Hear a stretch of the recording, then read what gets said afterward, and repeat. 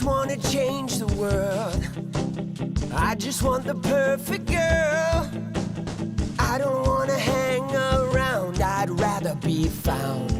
It gets better, I wonder, my pleasure together. Everyone's waiting, anticipating.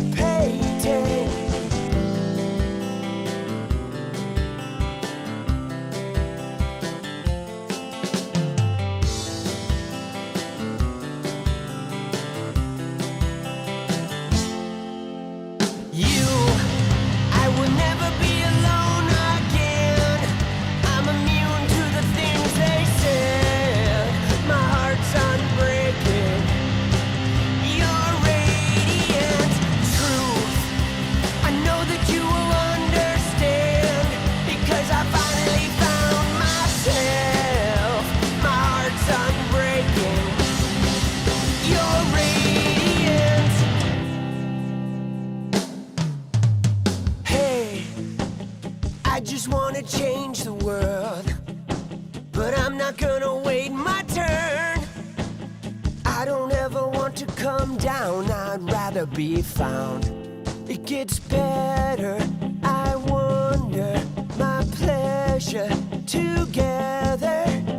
Everyone's waiting, anticipating.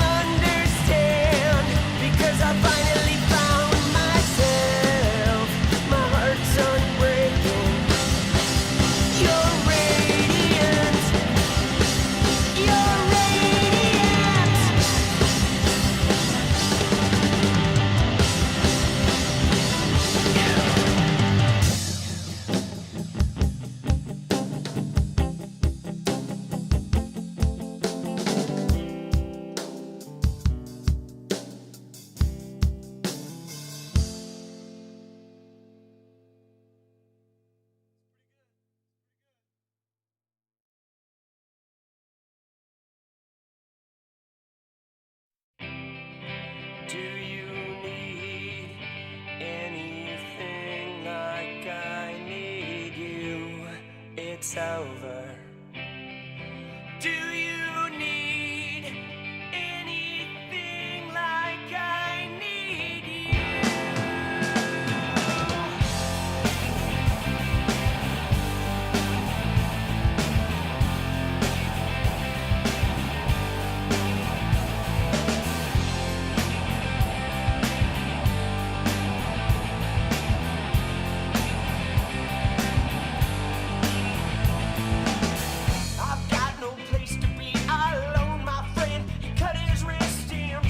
Oh, yo. You better save yourself. Let's go. Nothing like success. I would rather be in hell than regret. Do you need anything like I need you? It's over. Oh, do you need anything like I need you?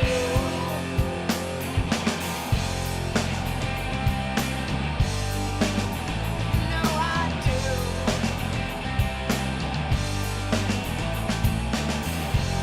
Yo, yo, yo, yo, yo, yo.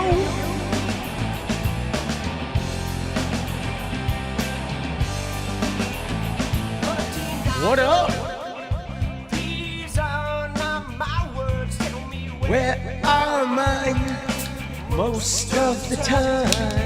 Wet my face with reality and permit me to breathe before I do it again.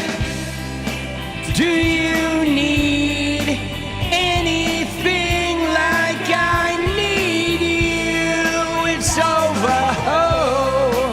Do you need anything like I need you? Do you need anything like I need you? It's over. Oh. Do you need anything like I need you? Ah, let's go. Dude, how we doing?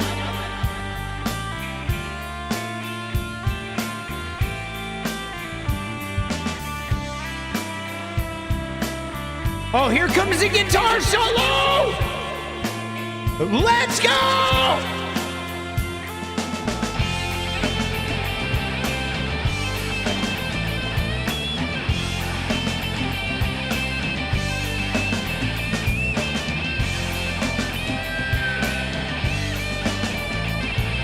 Eucalyptus. All right, sounds good.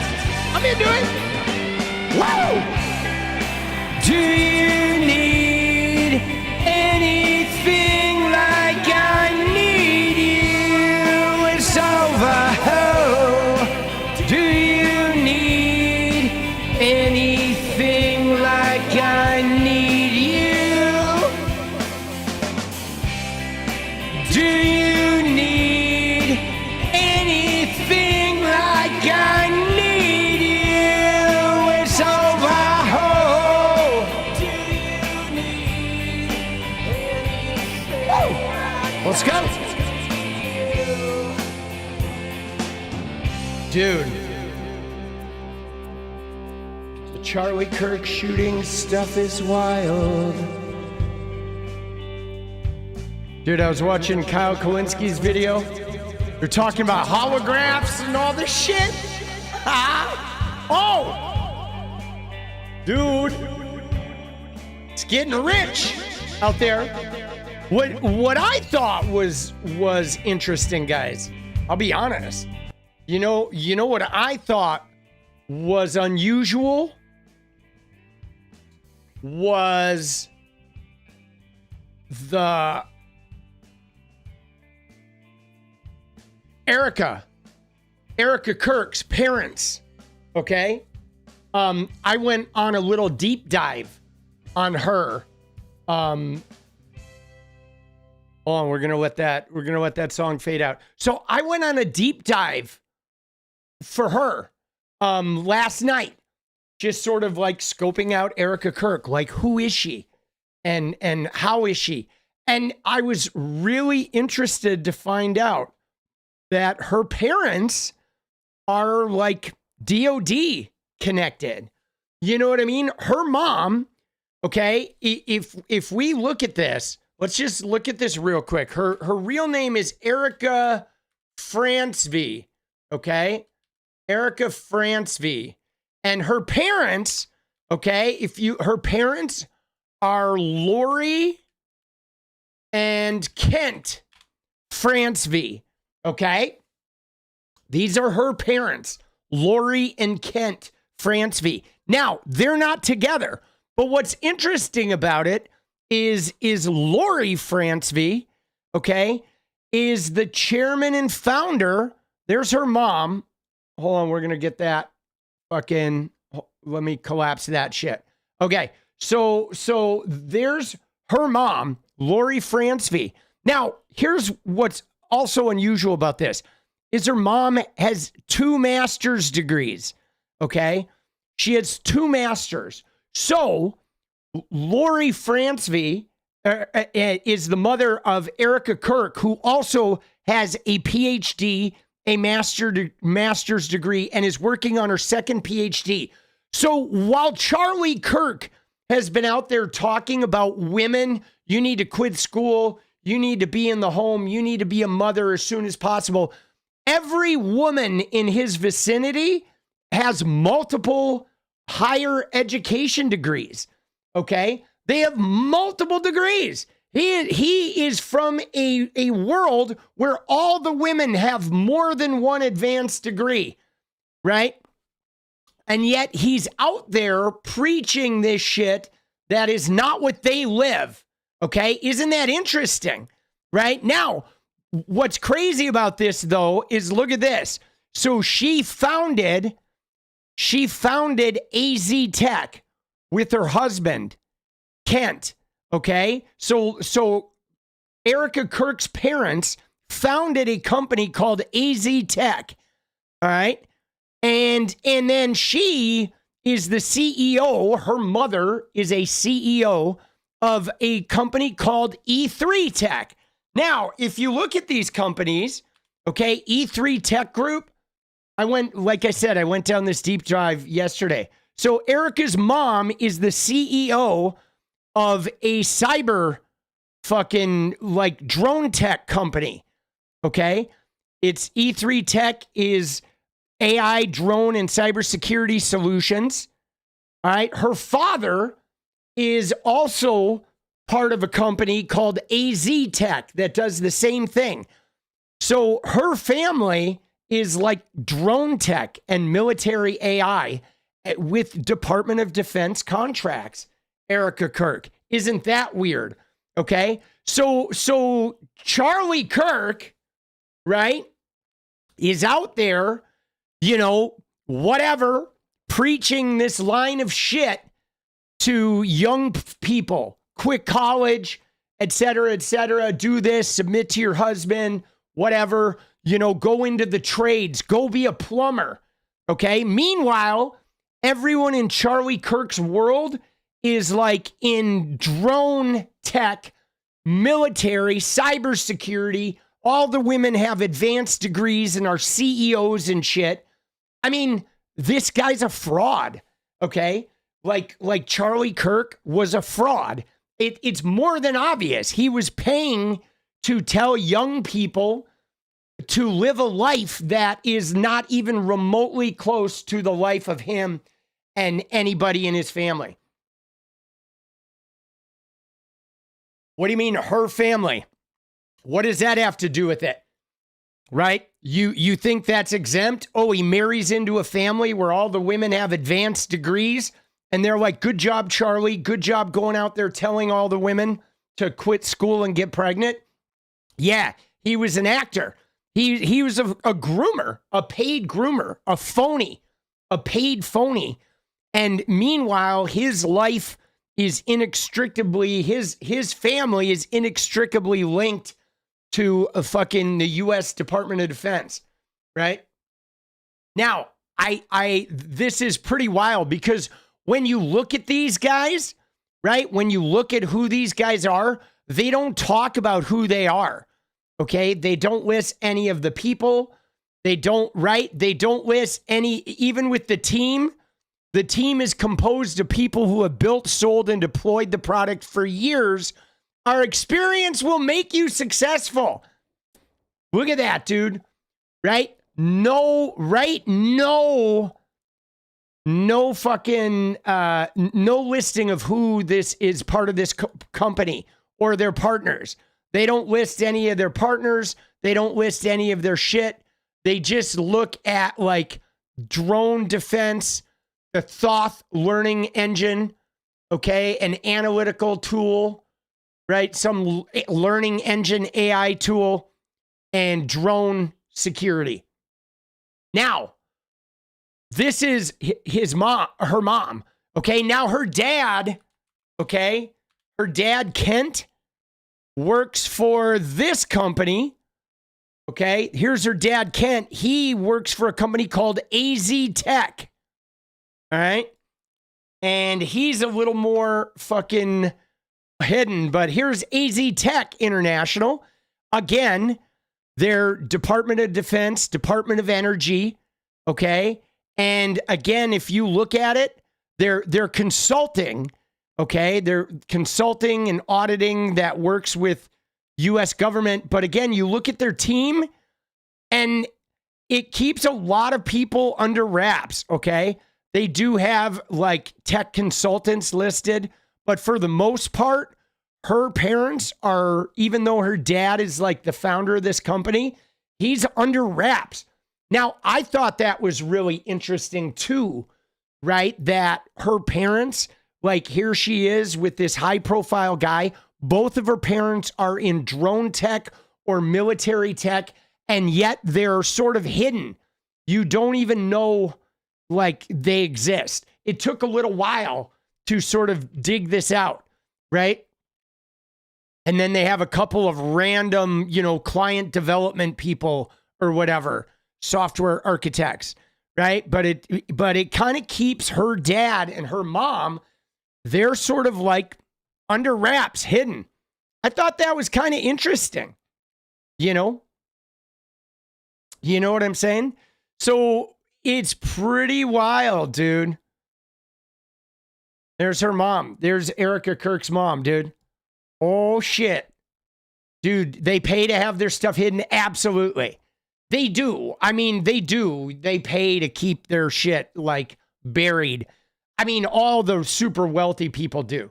So that's how they afforded her modeling career? Yeah. Well, so it's wild, too, because if you look at her, right, like, there's something seriously up with her because she, look at this, what she did, okay, is she basically did not much of anything. And then when she was like 18, she established a nonprofit, okay, a philanthropic nonprofit when she was 18 years old, right? Which, of course, she did with her parents' money and connections. You know what I'm saying? Right?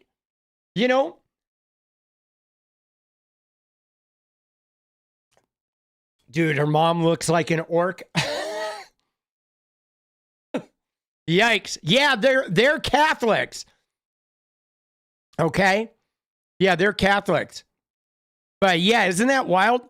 She went to a fancy Catholic school too. Notre Dame Prep in Scottsdale. Right? Let's go look at the fucking let's find their website. Notre Dame Prep. Let's see how much this school costs that she went to. She went to Notre Dame Preparatory High School. Okay, let's see what her fucking...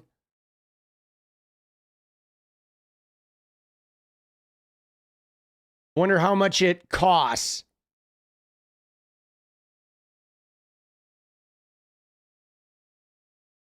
Dude, it's pretty under wraps, dude.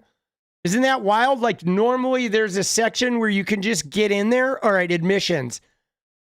Probably $50,000 a year, $60,000 a year.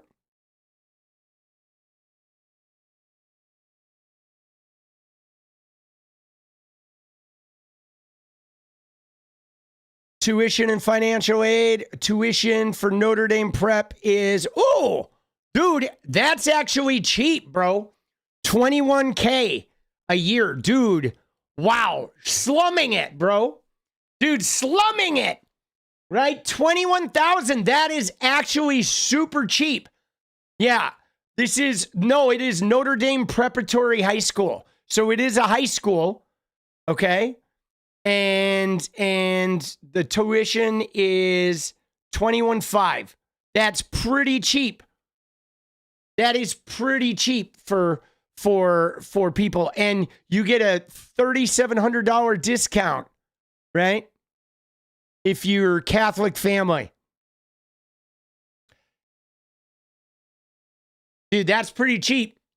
$84K. Yeah, but it's pretty cheap as far as private schools. Most of these private schools, like Mr. Beast, he went to a private school that was like $65,000 a year. A lot of these kids from these types of families, they go to private school like grade school, $50K a year, all the way from kindergarten through high school. You know what I'm saying?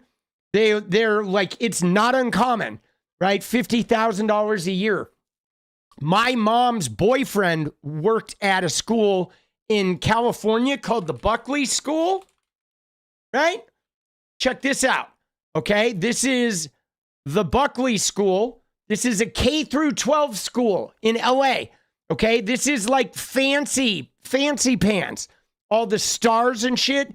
My mom's boyfriend was an electrician. She eventually married him after she broke up with my dad. He was like a handyman at the Buckley School. He was an electrician there. But like, dude, look at this shit. When you see this, bro. This is K through 12, okay? Look at this. K through 5, $48K a year. 48,000. Up middle school 6 through 12, $56K a year. Dude. And this school is like packed with kids, bro. This shit is nuts. And a lot of these families, they have 2, 3, 4 kids going to this school.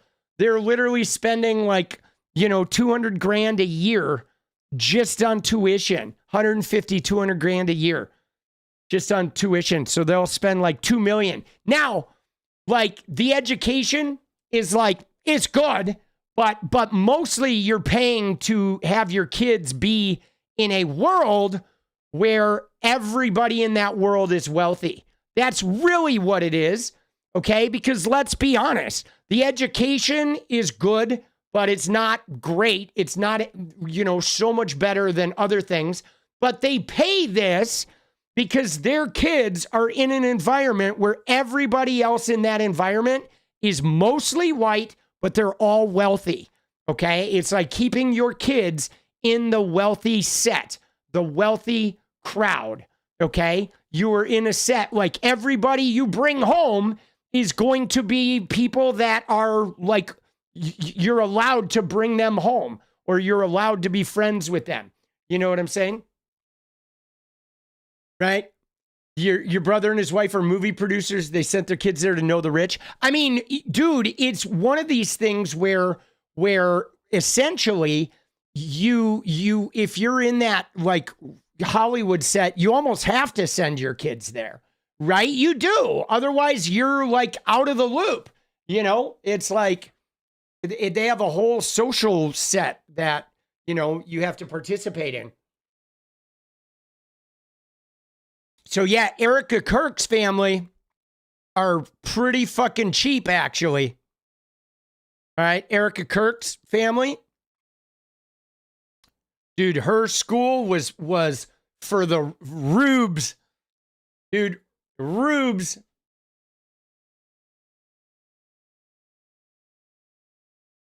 Yeah, pretty wild. Did I dive into Kirk's past family in a former video? Not really. I mean, I haven't really done a deep dive on Kirk's family yet about like who his dad is. And I know his dad was a Republican donor and his dad, you know, was an architect that worked on Trump Tower and shit. And so there are Trump connections. But I didn't really do much of a deep dive on them. Right. But again, like most people, they're rich kids. OK, Charlie Kirk was a college dropout, but he was a college dropout with a rich daddy, which is different than being a college dropout. OK, because if you have a rich daddy who's a big Republican donor that hooks you up with Bill Montgomery And then you can start your own organization, TPUSA, because you have daddy's money and daddy's Republican convention, Republican fucking connections and money. It's real easy. It's real easy to connect the dots. Okay. Most people from wealthy families, it's pretty easy for their kids to be successful, because the reality is, guys, is all you need to be successful in America. You need one of two things, guys. Okay. This is it, right? You don't necessarily have to be a great worker or really smart or really talented. You need one of two things, guys. You need money or you need connections. That's it. Okay? That's all you need. Money or connections. And if you have both, you're doubly set. But if you have connections, you're even more than the money, because if you have connections, you can find the money. Okay? People with connections will find the money. Now, what's crazy about this, though, is the connections part is the one thing that I think is more accessible to people. I don't know if you guys realize this. If you guys are out there, you're younger, whatever, you're trying to start your thing, connections can be made. Now, obviously, if you have family connections, it's way different, right? But you can make connections. If you're a reasonably good networker, if you have a decent personality and can shoot the shit, and you can meet people and keep in touch with people over long periods of time, meet the people they know. I've actually lived a life of being very good at making connections and sort of leaving every environment I go into with people who love me, so I can go back and slide back into that environment and get help. I've been really blessed. My dad taught me kind of how to be a good networker. And so I've been really good about networking and making connections and, helping other people with my connections. And, so that I think is doable. You can get good at that. But when you have family connections, it's a little bit different. You know what I mean? Family connections are solid, right? That's why there's so much nepotism.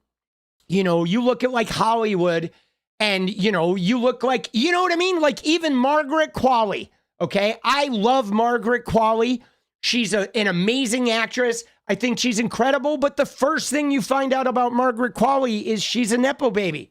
Okay. Her mom was Andie MacDowell. So she's not using her mom's last name as they do because they want to sort of distinguish themselves. But, if you're the daughter of a famous actress, you're going to have an acting career unless you're a total fuck up. Okay. You have to be a fuck up. Now, there are people. I knew a guy, guys. a 𝗙𝗍. You ready for this story? So when I worked at Jerry's Deli in LA in the 90s, Buddy 𝗙. Let me just show you this guy. Okay, you ready? Buddy 𝗙. Okay, here he is. This guy. I worked with this guy. Okay, in Jerry's Deli. All right. Here he is, right here on the right. That's Buddy. Okay, we were waiters together at Jerry's Deli. He's the youngest 𝗙. Randy, Dennis, and Buddy. Okay, now, Buddy was I don't know how, but he managed to not have a burgeoning career in fucking acting, bro. Because he was just not a good networker. He was not very memorable. He was kind of a fuck up. He would fucking not show up and shit, skip auditions. So he developed a bad name. And I mean, he still is a 𝗙. So he's going to get invited to this shit and be able to meet with all these people. But dude, he ended up not having a fucking, right? There he is. Oh my God, he's with PBD, bro. Dude, Look at that. He went to hang out with fucking Dennis talking to PBD. But dude, he's just like a fucking hanger-on, right? Dude, he's like a hanger-on, right? He's there, you know, he's fucking Randy and Dennis's brother, but no one's ever heard of him, right? Yeah, because he was a total fuck up. Now, what's funny about this, because his best friend was named Guy, okay? I gotta tell you, I used to bring an acoustic guitar to parties, okay? And I used to sing a funny song. I know a buddy named, I know a guy named Buddy, and he's got a buddy named Guy. And it was about Buddy and Guy. Buddy Quaid, and his best friend was named Guy. I can't remember Guy's last name.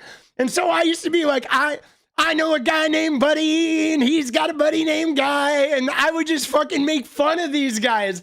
I would take a guitar and just clown these guys at parties, bro. Oh, shit. People, every time I would show up at a party, people would be like, we got to hear the Buddy and Guy song. And I would just ad-lib it and like clown them and make fun of other people in the room. Oh, my God. I knew a guy named Buddy, and he's got a buddy named Guy. Dude. Oh. Dude, let's go. Isn't that funny? Oh, shit. But, of course, he's hanging out with these guys. Dude, what a clown, bro. Dude, now he's a Texas real estate advisor, a film, music, and video director, photographer, singer-songwriter, instrument pilot, husband, dog dad. Oh my God, bro.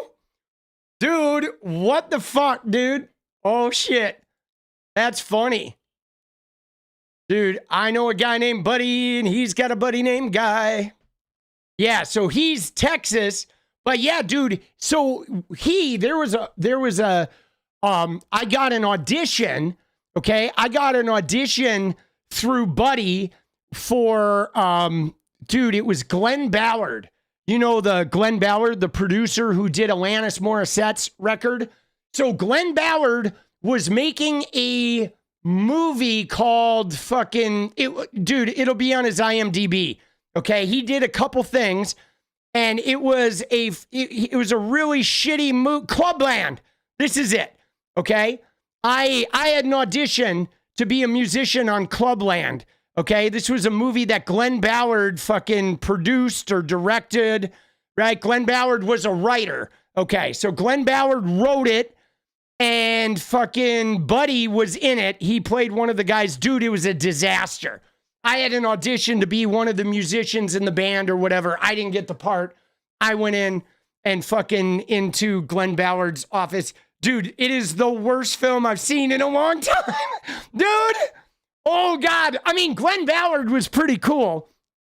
But like, dude, this movie was a fucking brick free throw. 99, dude. That was right before I moved to Portland, right? Came out in 99. They shot it in like middle of 98 or something like that. But yeah, man. So Randy Quaid, yes, was the uncle, the weird uncle. But so yeah. So dude, you just never know. And so there's another guy though. All right. So at Jerry's, at the same time that Buddy worked there, and I worked there, but there's another guy that you guys do know that made it out of Jerry's, and that was Rick Hoffman. Okay, you know this guy? Like, he was my coworker at Jerry's too, right? From Suits and fucking, right? The guy who, what's his character's name? He plays some character.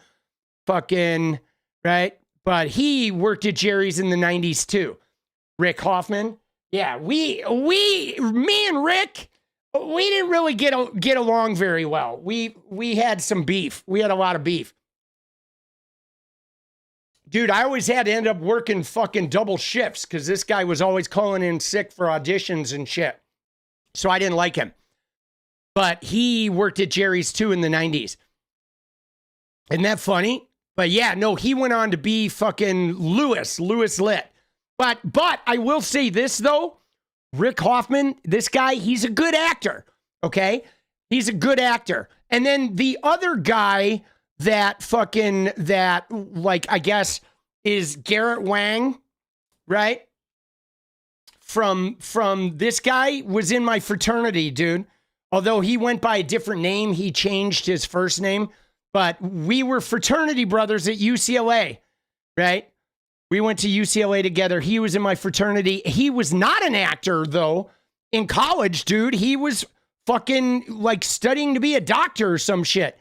And then I guess he went on and became an actor and was in fucking Star Wars or Star Trek, Next Generation, something. He had a long television career. I don't know what he's done after Star Trek, right?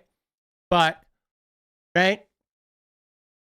he was not really an actor when I was in college, when we were together. But he fucking showed up at Jerry's once in the 90s, and he got mad at me because I called him the name he used in Star Trek Voyager. Thank you. I called him the name that he went by in fucking college, and he was like, dude, you don't understand. You know, he was like, asked, you know, pulled me aside and was like, no. Gave me the fucking stern talking to. But so we had a little thing, like, because I stole a girl that he really, like, we had a little beef over a girl in college, over Judith Jones. Okay, she was also on Star Trek, right? Right here. This girl, I dated her at UCLA, but she was somebody that, like, Garrett, I almost called him by his regular name. I almost dead named him. But Garrett was in love with Judith, and like Judith and I ended up dating. And he was fucking, I saw her, like Jenny and I were watching a show on a streaming service the other day, and I was like, oh my God, it's my ex-girlfriend. But she was my girlfriend in like second year of college, third year of college. She was a good actress too. She played she had a role in a Star Trek, a pretty well-known one in the 90s. She played like this group of like, there was like a planet where all the girls were like seductresses or whatever. Dude, she was pretty crazy. I mean, it was interesting dating her because like she felt like, I don't know how to put it, like way above my pay grade, if that makes sense. Like I would go out with Judith and we would go to these fancy restaurants, and a lot of people in Hollywood knew who she was. And I was like way out of my element because I was just this fucking poor kid in a fraternity from fucking Glendale that like nobody knew who the fuck I was.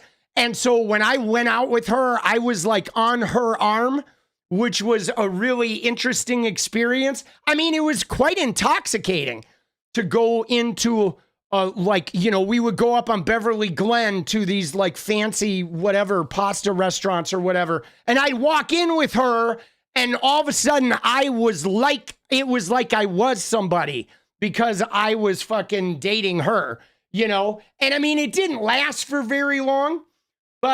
But you know what I mean? It only lasted a couple months because I was not really into getting tied down. But I've never had that before, right? You know, I was like 20 or something, and we'd walk in and everyone was like, who is he? Right? Because I was with her. It was pretty wild, dude. She was cool though. She was actually like, she was really cool. She's a good actress too. And she's still acting, right? She's in Sunshine Cleaning. I can't remember what else we saw her in recently.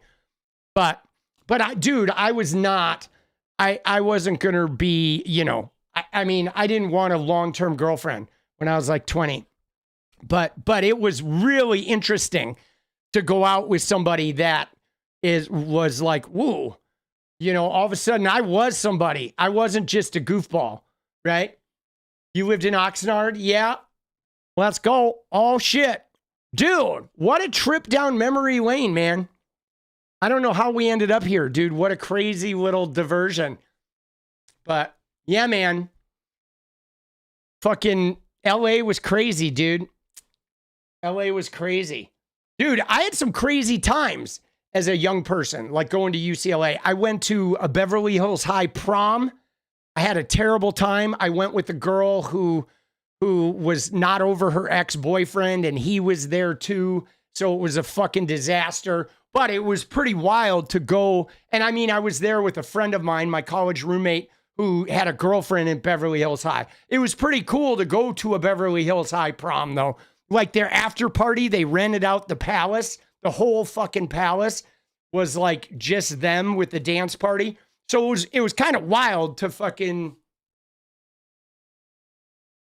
I don't know, experience some of that shit. But it was way out of my, you know, I was not from that set of people.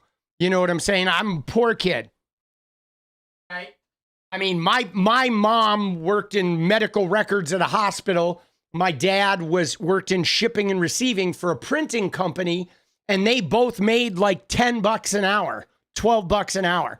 That was the home that I came from, right? I had two parents making $12 an hour. Like, I literally made more than my parents did by the time I was in my fucking, 20s, right? When, as soon as I became a bartender, I was making more money than my parents ever did.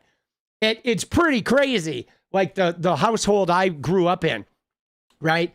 They never had any money, and they had even less because they kept charging up credit cards, moving back and forth across the country, so we were always like very in debt from long distance moves. But, I got some shit from my dad, like I didn't get any money from my parents, but my dad was a very good socializer. Okay. Did they gamble? Not really. I mean, my mom did a little bit. She gambled like the lottery and playing bingo, but they didn't gamble a lot. They would occasionally go to Vegas, right, when they got older, but they weren't really gamblers. They were drinkers. But mostly they spent all their money on moving. But my dad, though, he was a fucking socializer. He was a beast in the socializing realm. And so I learned a lot from the man, that just like my dad in private, when he was at home with the family, he was an asshole and he was really shitty to us. But in public, when he was in a room full of people, he could just get along with everybody, man. He could. It wouldn't matter if it was like the wealthiest people or if it was like a gardener or whatever. You know what I'm saying? He would just go out and fucking, could just socialize with people. He had a real gift at just lighting up a room when he walked into it, and so everybody loved being around him.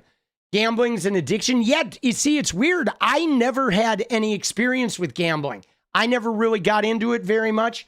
I barely dabbled. The only person that really gambled was I had a sister who went to jail a couple times, a half sister who had a gambling issue, and she went to jail like twice because of it, right? But for me, I didn't like gambling, and my parents weren't big gamblers. They were drinkers, right? They were drinkers. But yeah, man, dude, my dad though gave me a lot of people skills. That man did. It took me a while. I didn't have them when I was younger, but I definitely got them later on. In my 20s and 30s, right? Because as a kid, I was not good at socializing. I moved around a lot. I was really awkward and quiet and, scared of my own shadow. Dude, gambling sucks, bro. It does, dude. Gambling, it's a terrible addiction. You know what I mean? Terrible addiction. What are the odds that you can break a gambling habit? I mean, if you do a 12-step, Mike, you can, right? You got to go to like Gamblers Anonymous. You got to go to GA. You got to do a 12-step. And if you can do it, right? If you do the 12-step, you can beat any of those addictions, right? 12 steps work. I did it. I'm 18 years sober, right? I never really had a fucking gambling thing, but I know a lot of people who have gone to Gamblers Anonymous and have kicked it. Right? You just have to be willing to do the work, right? The 12-step, which is, It's like they work. They absolutely work, whether it's for gambling or drugs, alcohol, codependence, right? All of that shit. You know, you had to move out of Reno. Yeah, Reno, dude, Reno is crazy. I used to play some shows in Reno. Interesting shows there. Interesting music scene in Reno. But yeah, dude, all right. We had a little 45-minute jaunt through fucking memory lane. All right, little jaunt through memory lane. Now, you ready? You ready to do some fucking some politics or what? All right, you get to know me a little bit better, right? Do dance party? You want a dance party goal? All right, I'll put a goal up. Let's see what we got. 10 super chats. Go 1 hour.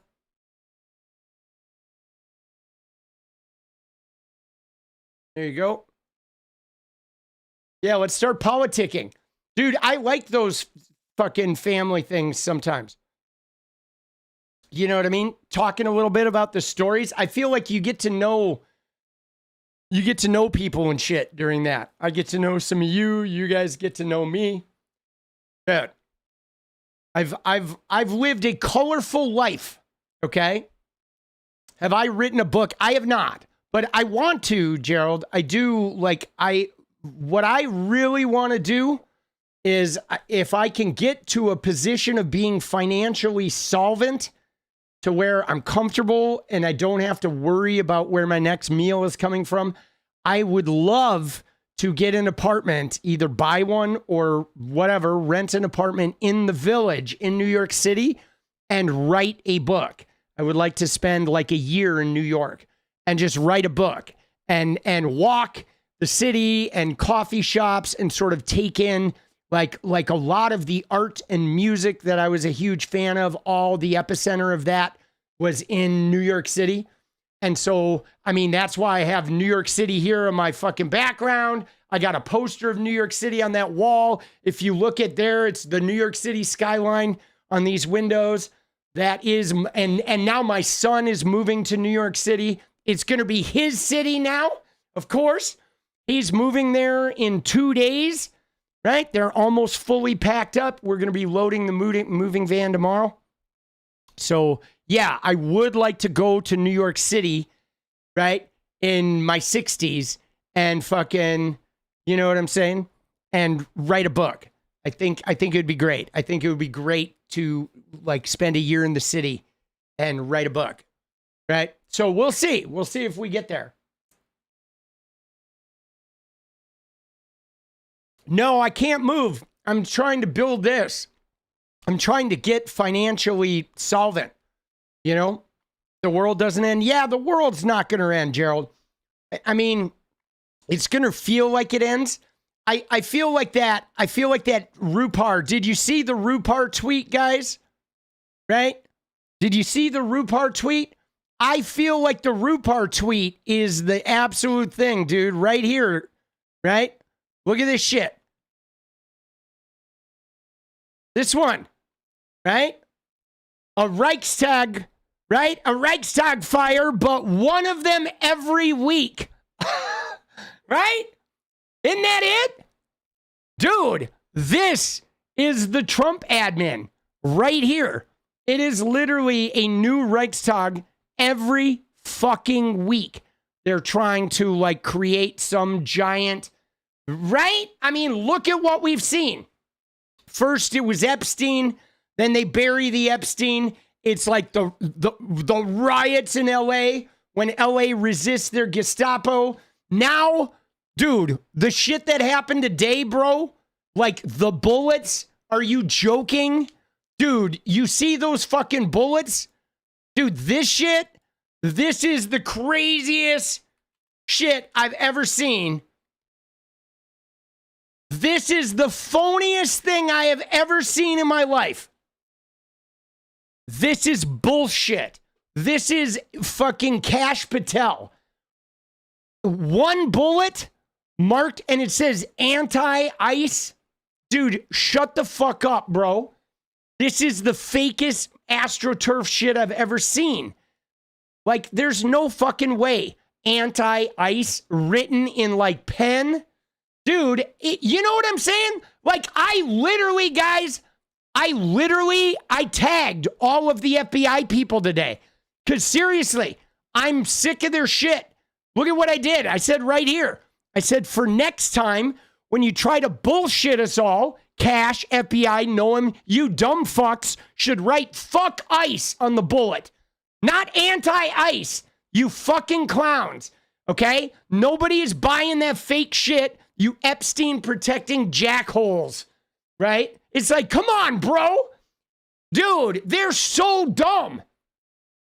There is no way that this is real, dude. This is the fakest shit. Dude, someone just shot 3 ICE detainees. We got to find some anti-ICE slogans on those bullets pronto. Anti-ICE? Dude. Come on. Look at this. Hours after a shooting of ICE detainees, the FBI says early evidence of messages on the rounds are anti-ICE in nature. Here's a picture FBI Director Kash Patel just tweeted of the unspent shell casings recovered, engraved with the phrase anti-ICE. Engraved. Dude, this is the fakest shit I've ever seen. I want handwriting samples from every FBI fucking person, right? Bro, you know what I mean? Like anti-ICE, one bullet with a fucking blue pen. Dude, and they killed the detainees. They didn't even shoot the agents. Like, what are we talking about here? Right? You want to see the comments? All right, let's look at the comments. Dude, is it just me, or is telling the public what a shooter's inscribed on the bullet casings become a thing? That's not engraved. That's written with a ballpoint pen. And this is the most bullshit thing ever. Anti-ICE. Seriously. Dude, yeah. Dude, let's go. One flew. All right. Kicking us off. I know all the bullets have messages now. But bro, dude, anti-ICE in ballpoint pen. Look at this, dude. Engraved, it's blue pen, anti-ICE messages. It says anti-ICE. Look at this one. Blacks rule. Dude, it's a fucking Confederate guy who burned his own Confederate flag and wrote blacks rule on his driveway. And he's like, oh yeah, the black people attacked me. Oh shit. Blacks rule. Hold on. Hold on. Let's get in here, dude. I fucked it up. Oh my God. Dude, engraved. Gosh, it's really nice of all these professional shooters who clearly plan out the entire hit to bring far more bullets than necessary every time, graffiti every single round, and then drop the unused casings at the scene of the crime to be discovered. Right?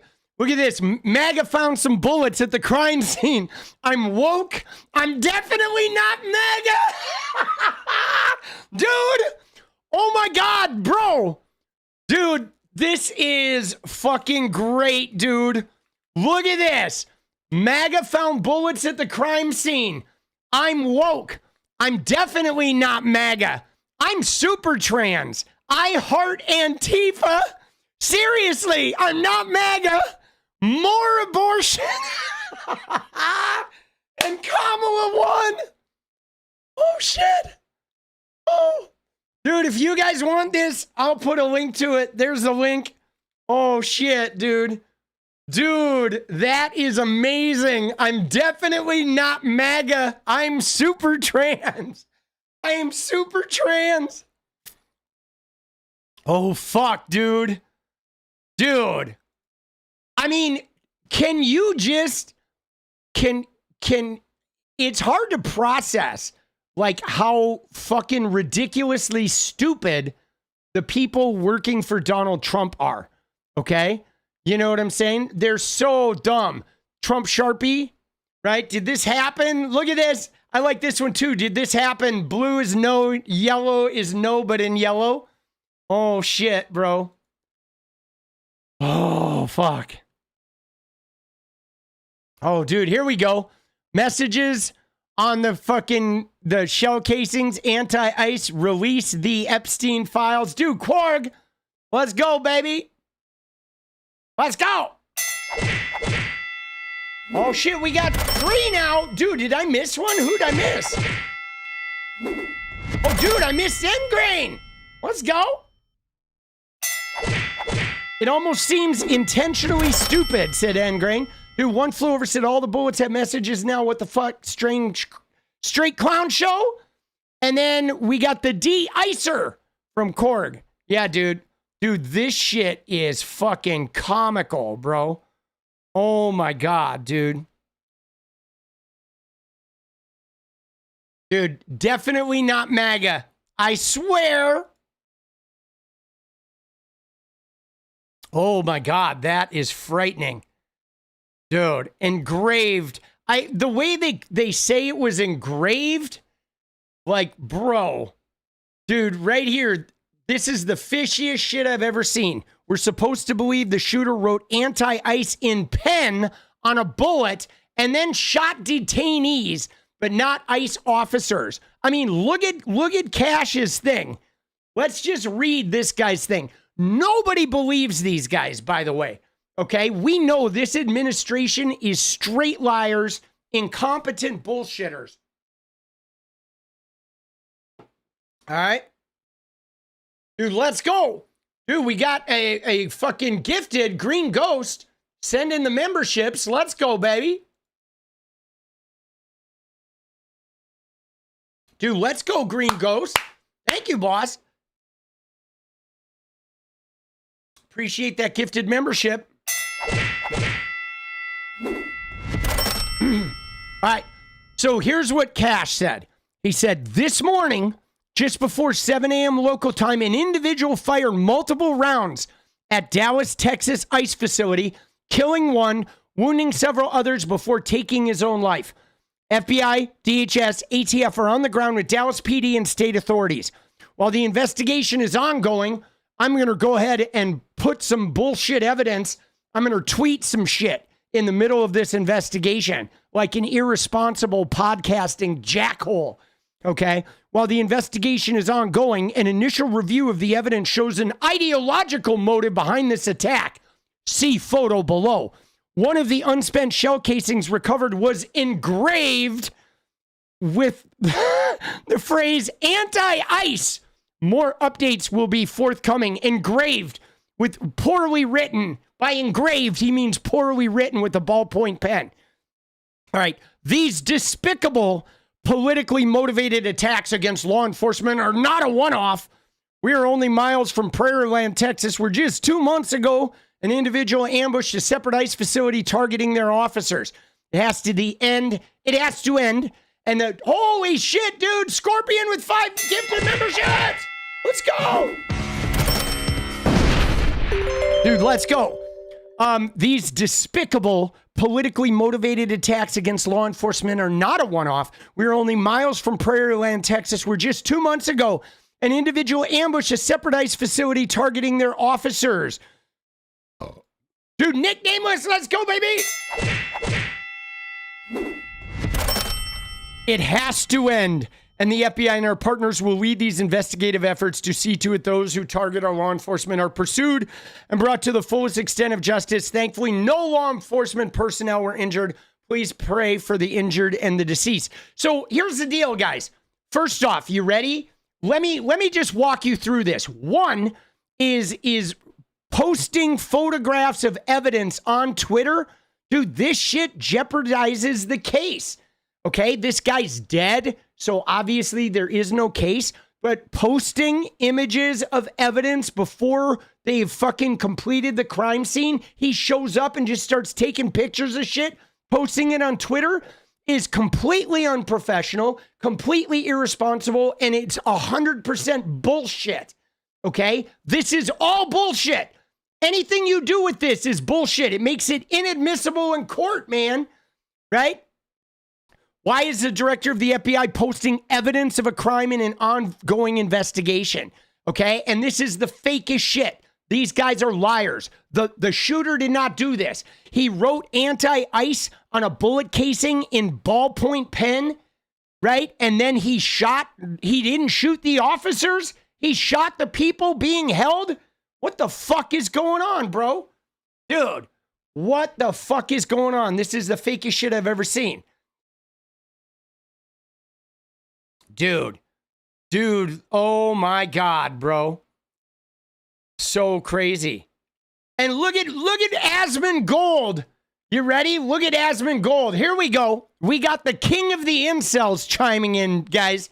Brace yourself. He says, this is the part where I once again beg you guys to start looking online and investigating/prosecuting the people openly calling for violence. So many people get radicalized by this rhetoric and end up doing something horrible, like living in their own feces, like you fucking clown. You're the FBI. Start acting like it.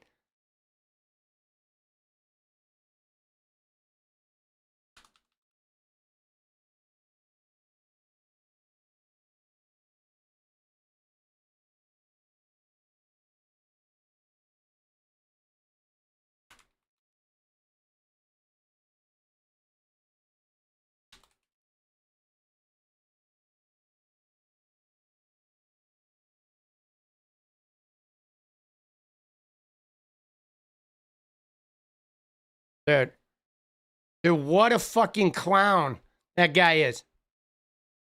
Dude, you know what I love too? Is like this. Hold on. Because we've seen this. Right? We've seen this.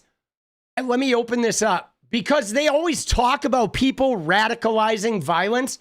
But then let's look at the violence. Okay? Let's really look at this shit. Because what's crazy about this is the violence really fucking continually comes from these guys. Okay? Right? I mean, look at a sampling of their right-wing shit. The Democrat Party must be classified as a domestic terror organization and their leaders treated accordingly. Right? Charlie Kirk, right? Get ready for civil war. Right? I don't want the National Guard sent to Democrat cities. They want the Air Force. So now they're into just bombing Democrat cities, right? When Democrats lose, they steal and murder people. Really? January 6th, anyone? Right? They've declared war, their favorite pronoun, right? Trump blames the radical left. They've declared war, okay? There's no going back, no words to be said. Complete annihilation of the Democrat Party, right? It's like every Democratic politician must be arrested and the party banned under RICO, right? It's time to put the hammer down on the left, right? Oh, Jesse Waters says they're at war with us. What are you going to do about it? We got to fight back against the war. Elon saying the left is the party of murder. Please, right? They keep saying domestic terror organization. Dude, what the fuck is this shit, bro? Right? Right? Dude, Democrats need to be labeled a terrorist organization. Dude, Democrats had nothing to do with Charlie Kirk being killed. I mean, what are we doing, bro? Right? By the way, can we just, I mean, their whole shit, if they won't leave us in peace, then our choice is fight or die. I mean, there's a lot of calls for violence in this shit. And that's not even with Tim Pool's 50 Civil War tweets, right? Dude, isn't that crazy? Ready? All right, here we go. Let's look at 𝗏𝗡𝗋𝗋 himself. And I think that that's probably what it's going to take for these left-wing people to realize what a bad idea what they've been doing is. Because until it starts happening to them, until they start having people that are their friends or, you know, their, like icons that they look up to, the same way people looked up to Charlie Kirk, you know, until they start seeing those people get killed, I don't think it's really going to be real for them. See, here's the thing, though. You ready? Is people that are advocating for healthcare, they don't really get killed very often. Like, oh, you want to give me health care? I'm going to fucking murder you. I mean, we did see some fucking representatives get executed in Minnesota. And what happened? The right-wingers, the president didn't even call the governor. No flags flew at half-mast. Mike Lee and a bunch of other Republicans were making memes and jokes about Marxists and shit. They were making fun of the dead. Okay? This guy, this fucking human feces here. Dude, yeah. No, he is totally, I've noticed it too, Scorpion. Somebody came along and gave him some money to be a right-winger. Like, he's on the dole, dude. Whoever's paying fucking, right? Whoever's paying, Nick Sortor and Matt Walsh and them, somebody fucking started putting him on the payroll. I think to try and combat Hassan. It's like people that are anti-Hassan. The way I look at it, I'm just going to make a categorical judgment here, is that any content creator or anybody like this who has been advocating for violence against a person in an extrajudicial way. I'm not talking about trying people who they disagree with for treason. This is advocating for the judicial process to be used against people they disagree with. I think that's fine. But whenever you have people that are saying things like 8647, or anybody who's advocating for any form of extrajudicial justice, extrajudicial justice, and basically vigilante justice on people who they disagree with. Dude, 8647. What's funny is they were all doing 8646, and he didn't have an issue with that, right? When it was 8646, Jack Posobiec and all those guys. Like, see, this guy's a fucking clown, bro. Like, Asmongold, you're a fucking clown, bro. Extrajudicial. Dude, spit that dick out, buddy. Dude, what is he talking about? You have to realize that all of those people, I think, have made themselves acceptable targets. And I think that there's a lot and millions of people out there nowadays that see that. And I think that that should be extremely worrying for them. Dude, he's basically saying, oh, if you say 8647, you might be killed. Dude, what a fucking dink, bro. Be terrifying.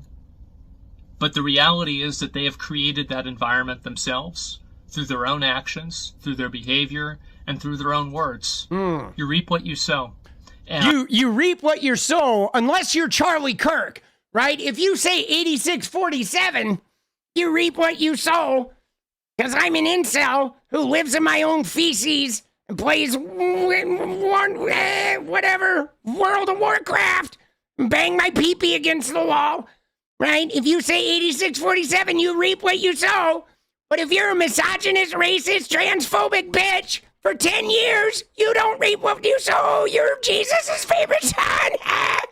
Please. Oh, somebody give me my pee-pee back. Dude, what the fuck, bro? Dude, look at this. Dude, I need to screenshot this. Holy shit, bro. What an ugly motherfucker, dude. Asmongold. God damn, dude.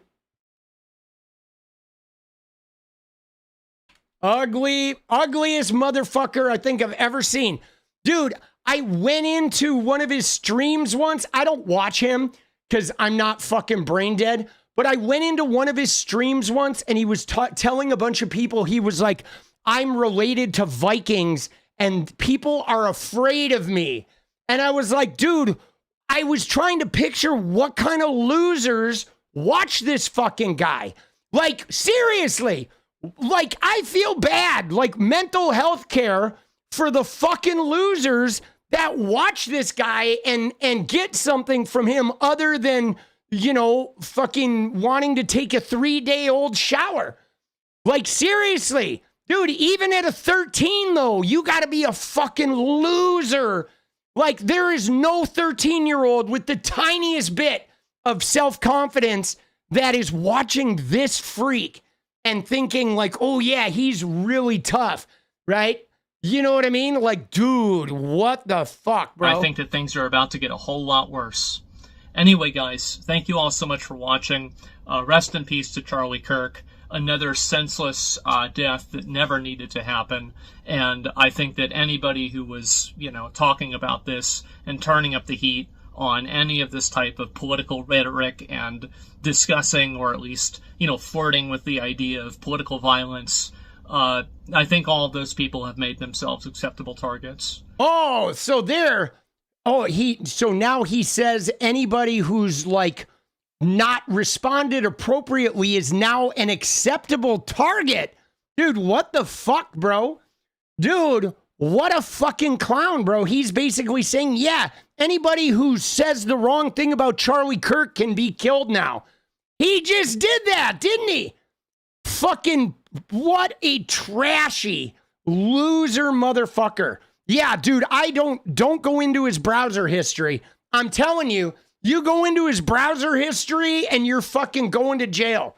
Okay? I swear to you, if you open that incognito browser on his computer, you're going to go to jail. All right? Steer clear, people. In all of the worst ways possible. Dude, what a fucking degenerate, bro.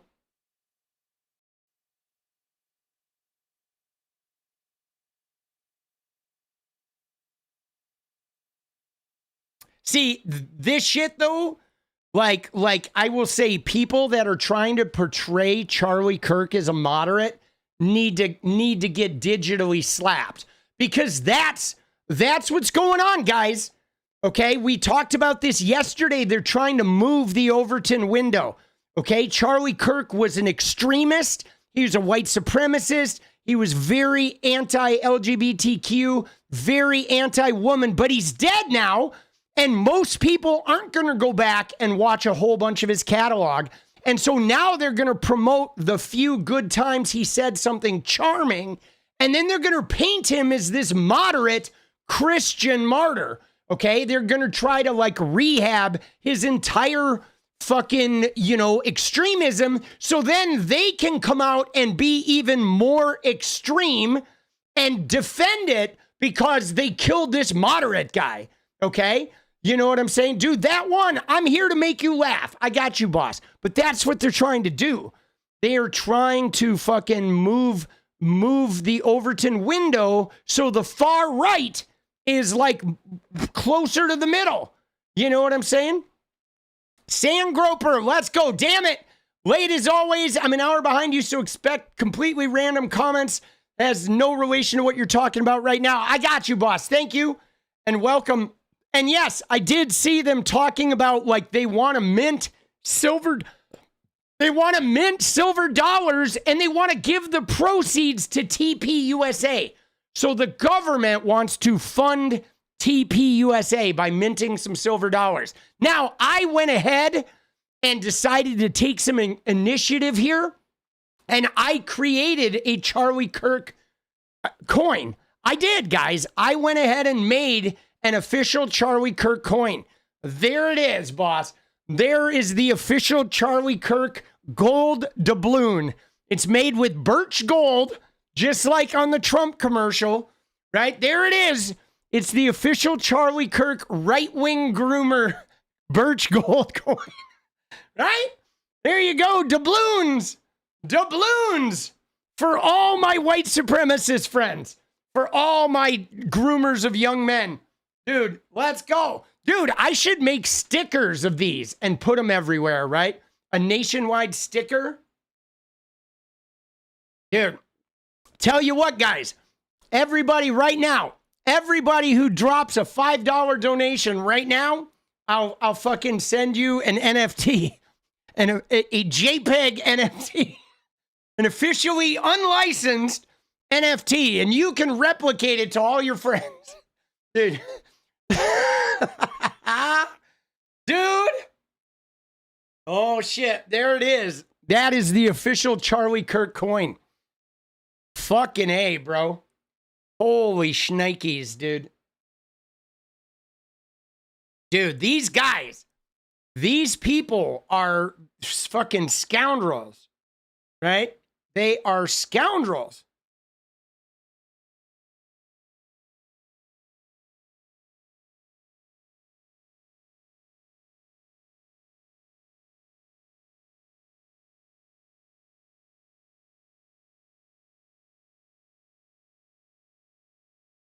Hold on one sec.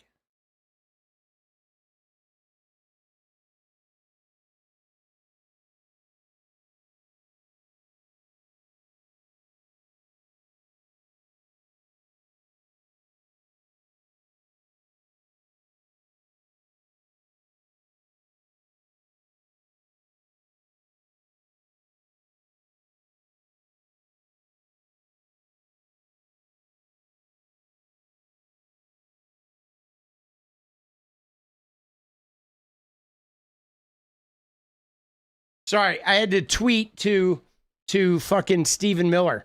Dude, these fucking Nazis, bro. Right? Being a college party with Charlie Kirk, that's just it though, West Coast. You wouldn't be at a college party with Charlie Kirk. What you would be with Charlie Kirk is you would be at a high school party with him trying to fucking, take advantage of the younger kids. Okay? He didn't go to college. He didn't go to college parties. He was a dropout. He was lingering around high schools trying to get some of that action. That's what Charlie Kirk was. He's a groomer. Okay? He's a groomer. Right? Fucking groomer. That's what I'm going to call him from here on out. The dead groomer. Charlie, the dead groomer Kirk. Okay? Yeah, he didn't go to college parties. He went to to Groomerville. Right? That's what he did. Dude, fuck this guy, bro. Seriously. If you want your Birch Gold, though, right-wing groomer coin, let me know. Inquire within. All right? I'll fucking... Here, I'll put it in Discord right now. Everybody wants it. I'm putting it in memes. It's in the memes channel.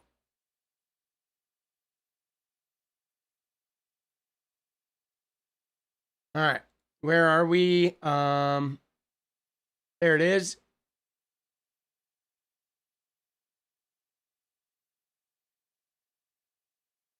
Here we go. There it is. The official Charlie Kirk coin is now in the memes channel on Discord. If you want one of yours, they're available free of charge for now. Dude. Oh, shit.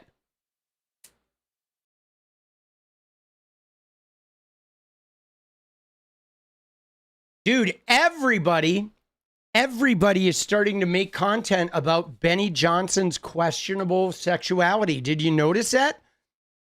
Did you notice that Keith Edwards made a fucking, right? Keith Edwards made a video about Benny? Dude, wife cries at home? So good, dude. Benny Johnson caught in gay scandal. Oh, shit.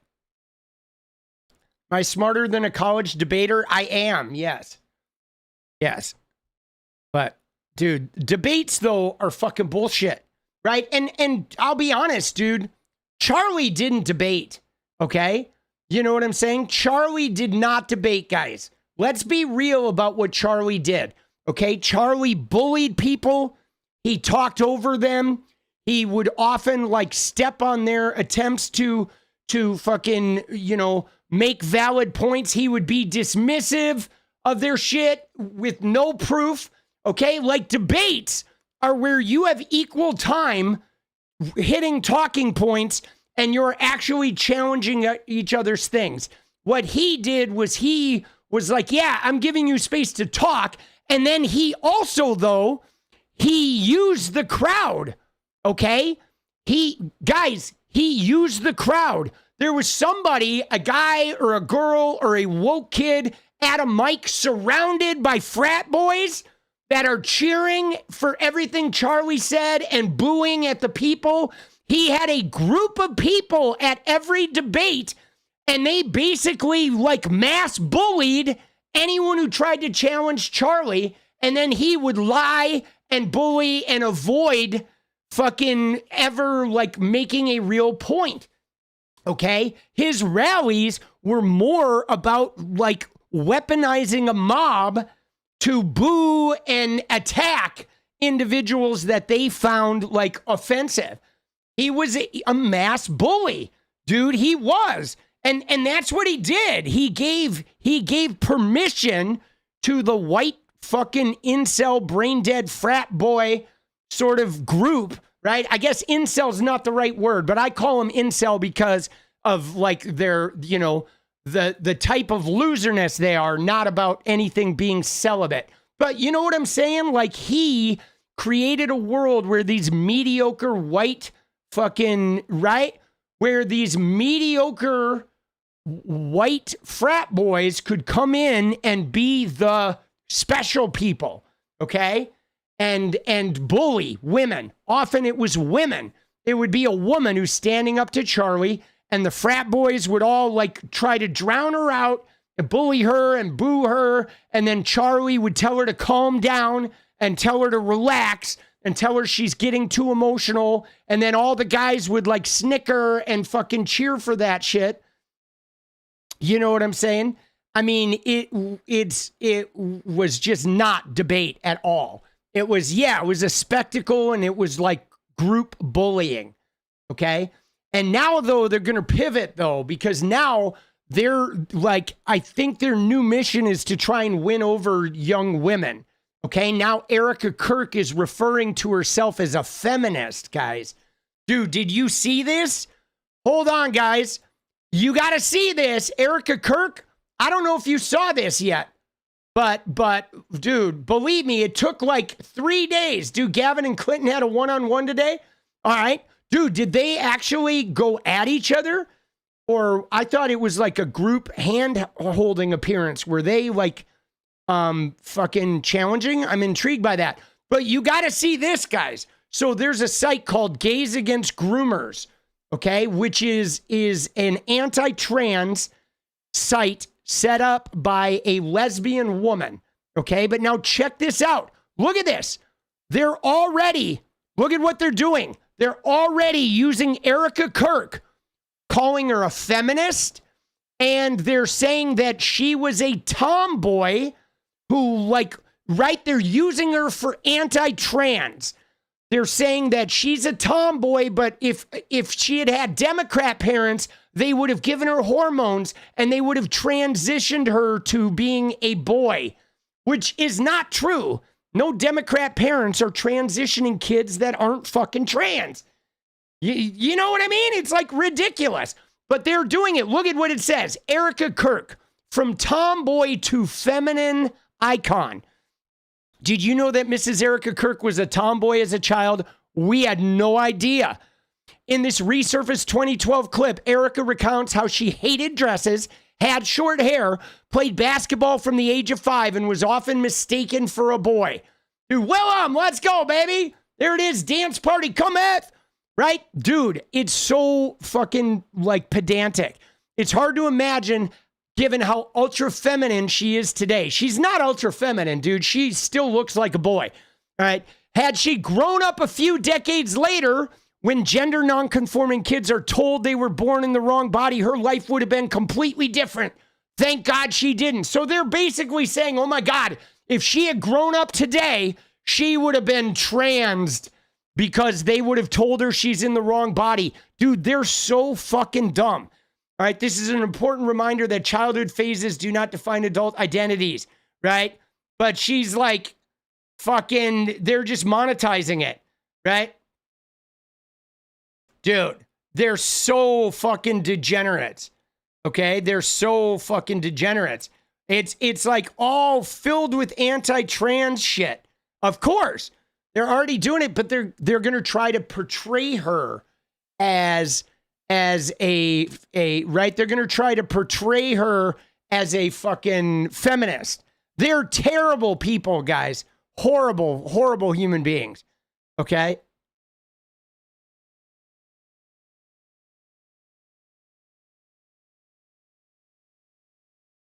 Horrible fucking human beings. Dude. Yeah, I know. The parents don't tell their kids they're trans. I know. They're so scuzzy, right? Dude, right-wingers are so scuzzy, bro. They are. They're just so scuzzy, dude. All right. Now, there's a couple things that have taken place, guys. Okay, can I just show you? Yeah, they want transgender for everyone. Remember what Trump said? Transgender for everyone. I'm waiting to get my transgender. I have a box of transgender coming, right? Right? I do. It's like, you know what it is? We got to watch a little Matilda Hogberg. Okay, she's my favorite transgender woman. Okay. She is a trans woman from Sweden. Okay, let's just look at her. You ready? Here we go. Welcome to the day in the life of trans women. As per usual, I wake up with a full face of makeup because I'm a doll. To start off my day, I usually yell out, I'm trans, so everyone knows that I'm trans. Then it's time to light a candle for the ritual. For Satan himself, use my body as your instrument, your vessel, I'm truly your Lord of all darkness. Yeah, that's me. As per usual, I always take some hormones and put them in the water supply. Beautifying people, transition is not a choice. I'm truly blessed. To end off my morning, I also call random people, scaring them with pronouns she, her. Welcome to the day in the life. Dude, isn't it amazing? Of trans She's so women. funny, dude. She's so funny. We find the one where she's in her car. Oh my God, dude. There's one where she's in her car that is fucking incredible, right?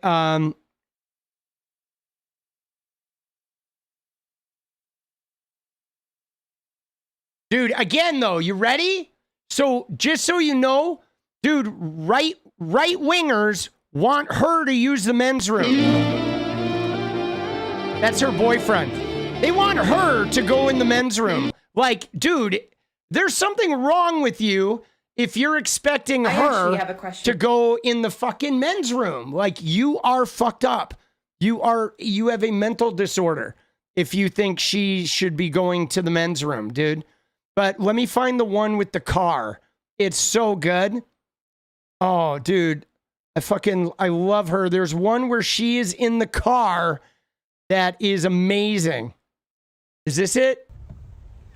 Oh, Where you going? oh no. That's not it. I'm trans. Dude, hold on. Oh, all right.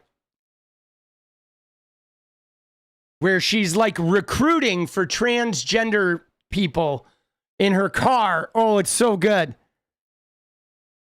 Hi, where is it?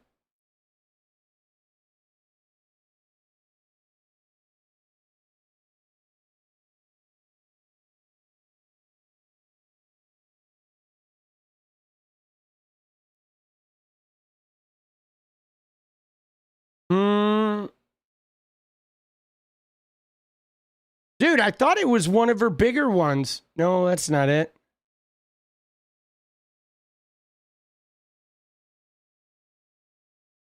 Oh, is this it? I think this might be it. Rule. No, that's not it. Oh, fuck. Is it one of these where it just doesn't start with her in the car? I may have to dig it up.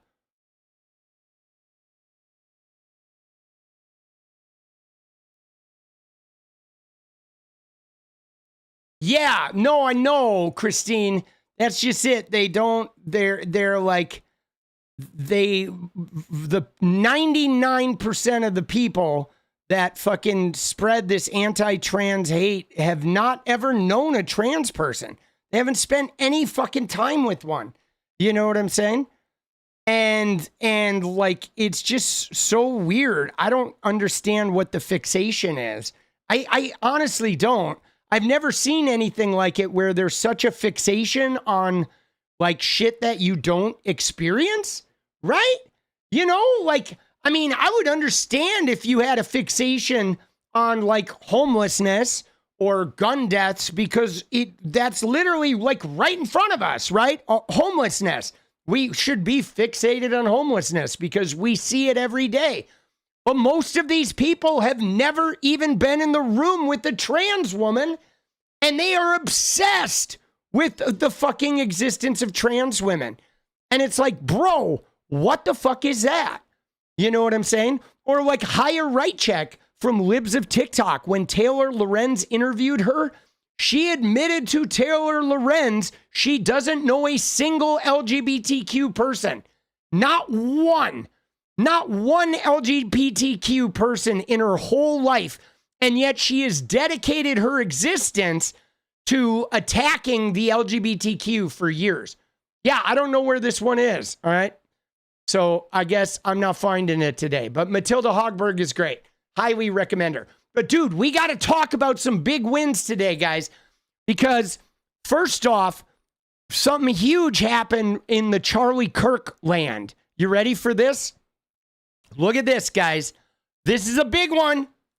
Dude, South Dakota, Kristi Noem state right here.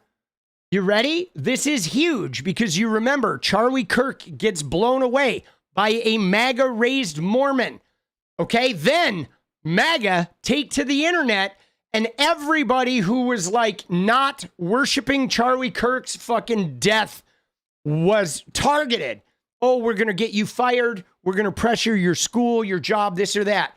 Right here, University of South Dakota, a federal judge just ordered the University of South Dakota to reinstate a professor who posted criticism of Charlie Kirk on his Facebook page the day of the shooting. Why? Because they violated his First Amendment rights. Okay, the university cannot fire him for a statement he makes on his fucking private Facebook page. This is a big deal, guys, because they're all celebrating all their firings and shit, all the pressuring they did with schools. But now a lot of these lawsuits are going to come up, right? Because they're fucking around with the First Amendment. You ready? The court concludes that Hook spoke as a citizen and his speech was on a matter of public concern. While at home and off work, Hook made the first post on his private Facebook page. Okay, defendants note that Hook's Facebook page identified himself as a professor, the University of South Dakota, but this alone does not show that a post made on his personal Facebook account is speech that arises from his duties as a professor. Okay, because that's the deal. He didn't say this shit while he was in school. He wasn't writing it on the fucking chalkboard. You know what I'm saying? You know what I mean? Right? And where was I? He said Hook's first post also constitutes speech on a matter of public concern.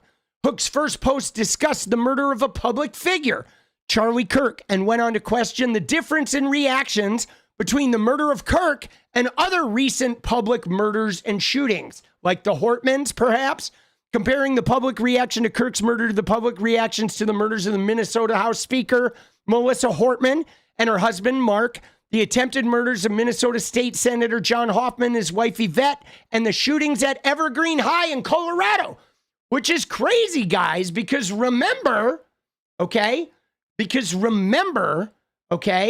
that the same day that Charlie Kirk was killed, a neo-Nazi kid shot up a school in Colorado. And they're not even talking about this. Okay, they have just avoided like, oh, that another white neo-Nazi dude, okay, another white neo-Nazi white male shot up a school like the umpteenth time, okay? And they are trying to avoid all this shit. Okay, this is speech that can be fairly considered as relating to any matter of political, social, or other concern to the community.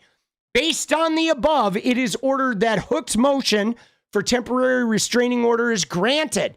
Defendants are required to temporarily set aside their determination to place Hook on administrative leave.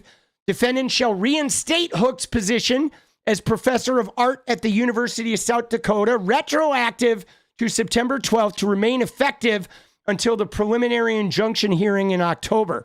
Defendants are not restrained from holding a personal conference with Hook on September 29th. So, dude, he got his job back, and good for him. And I hope more people sue, okay? I hope more people sue. And guys, I have seen some of the new evidence that people are presenting. Okay, I've watched a little bit of Kyle Kulinski's video, and I'm going to try to digest some of that evidence, and perhaps we will look into some of that. But like, I'm not taking that shit as gospel either. Okay, right? I'm not taking that shit as gospel because obviously, if the neck is an exit wound, then there was a bullet shell casing or something. You know what I'm saying? I mean, I don't know. I don't know what's going on, but a lot of that is sort of, there's a lot of conspiracy flying around, and a lot of people are saying he got shot from this way, or his fucking bulletproof vest exploded, or Candace Owens is saying Israel shot him with these fucking darts that don't come out of the body.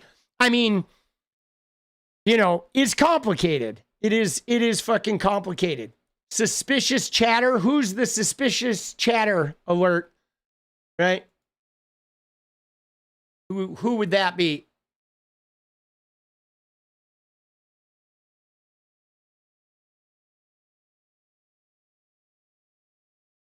Right?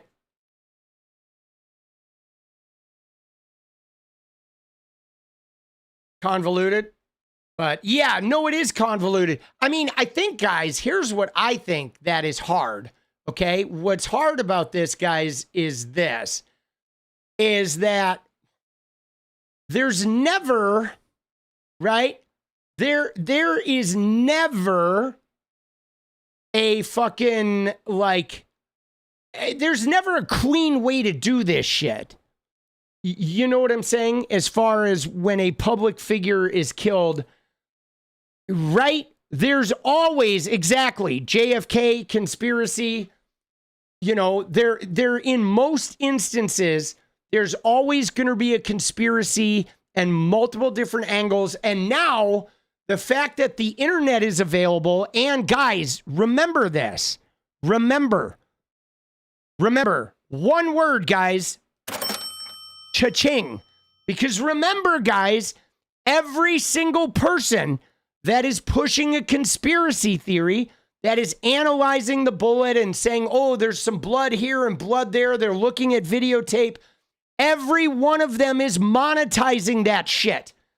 So the more angles and the more like, well, I think it wasn't this, I think it was this, the more money. Okay? Remember, all of this is content, guys. Okay? Everybody that is making this content is making money. Okay?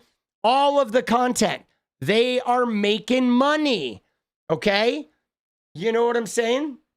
So it's hard because everybody who fires a gun, every gun channel can now pivot to Charlie Kirk.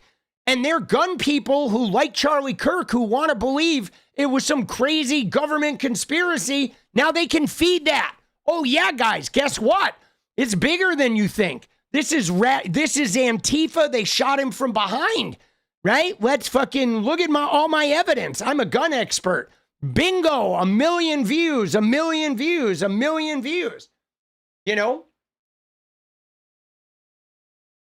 Now, it doesn't help that 𝗙cie Patel is fucking, completely incompetent. So there's terrible police work. And obviously Spencer Cox was out there doing the PR thing. I've never seen it where the governor becomes the point man. That was weird, guys. The governor becoming a point man was weird. Okay, that was some weird shit with Spencer Cox being normally it's a law enforcement guy. Okay, it's going to be, or maybe somebody from the DA's office. But the point man was the friendly and trustworthy Republican governor who was doing the PR tour talking about the leftist ideology and all this shit. That's concocted. Okay, that's fake shit. That was fake shit, okay, with Spencer Cox. Spencer spit that dick out, Cox. That shit was fake, okay? You know what I mean? And right? So, but again, we'll see what happens. There's supposed to be a coroner's report. There's supposed to be an ME report coming out, right? Something's got to be up. Right? Something's coming out. But I have seen some of those things, right?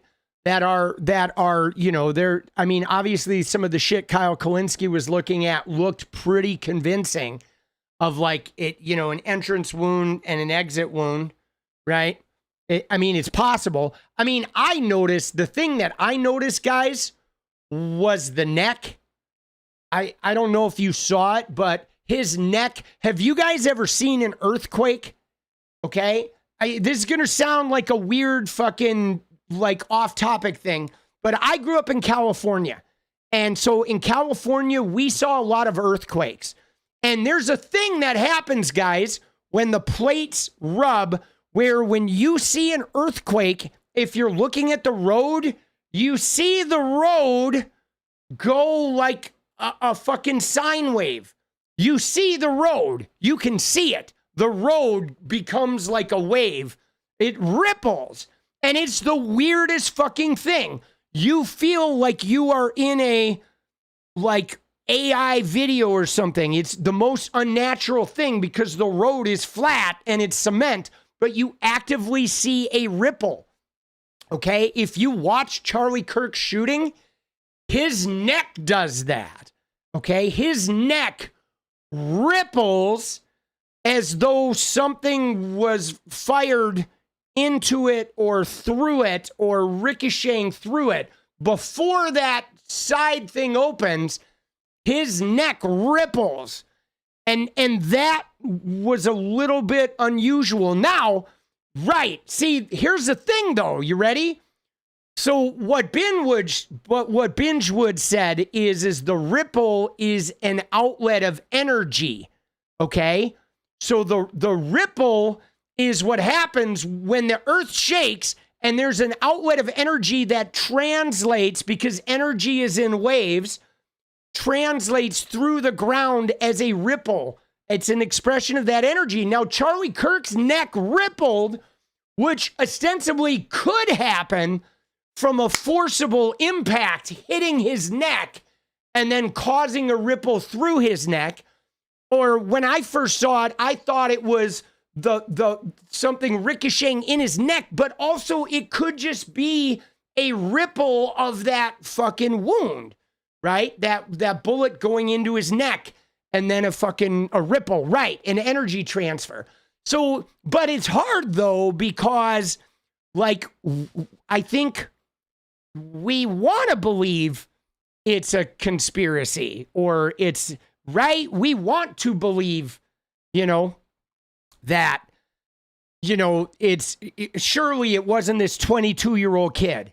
Okay. And I mean, guys, I think, you ready for this? I think as a matter of public, like mental stability, I think for people's own mental health, they want to believe that this was some conspiracy professional hit. You know why? You know why, guys? I'll tell you why. It's real simple, because if this wasn't a professional hit and was simply an apolitical fucking Mormon kid, that means we're all in fucking danger, bro.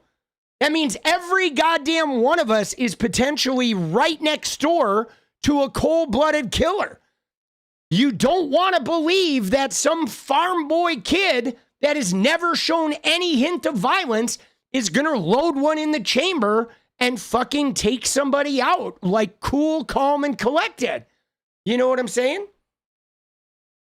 And like, you know what I mean? So like, that's like what's kind of complicated is I think we want to believe this was some professionally executed conspiracy hit, because then it's never going to happen to us. It's never going to happen to us. It's like it was some sort of executed thing, right?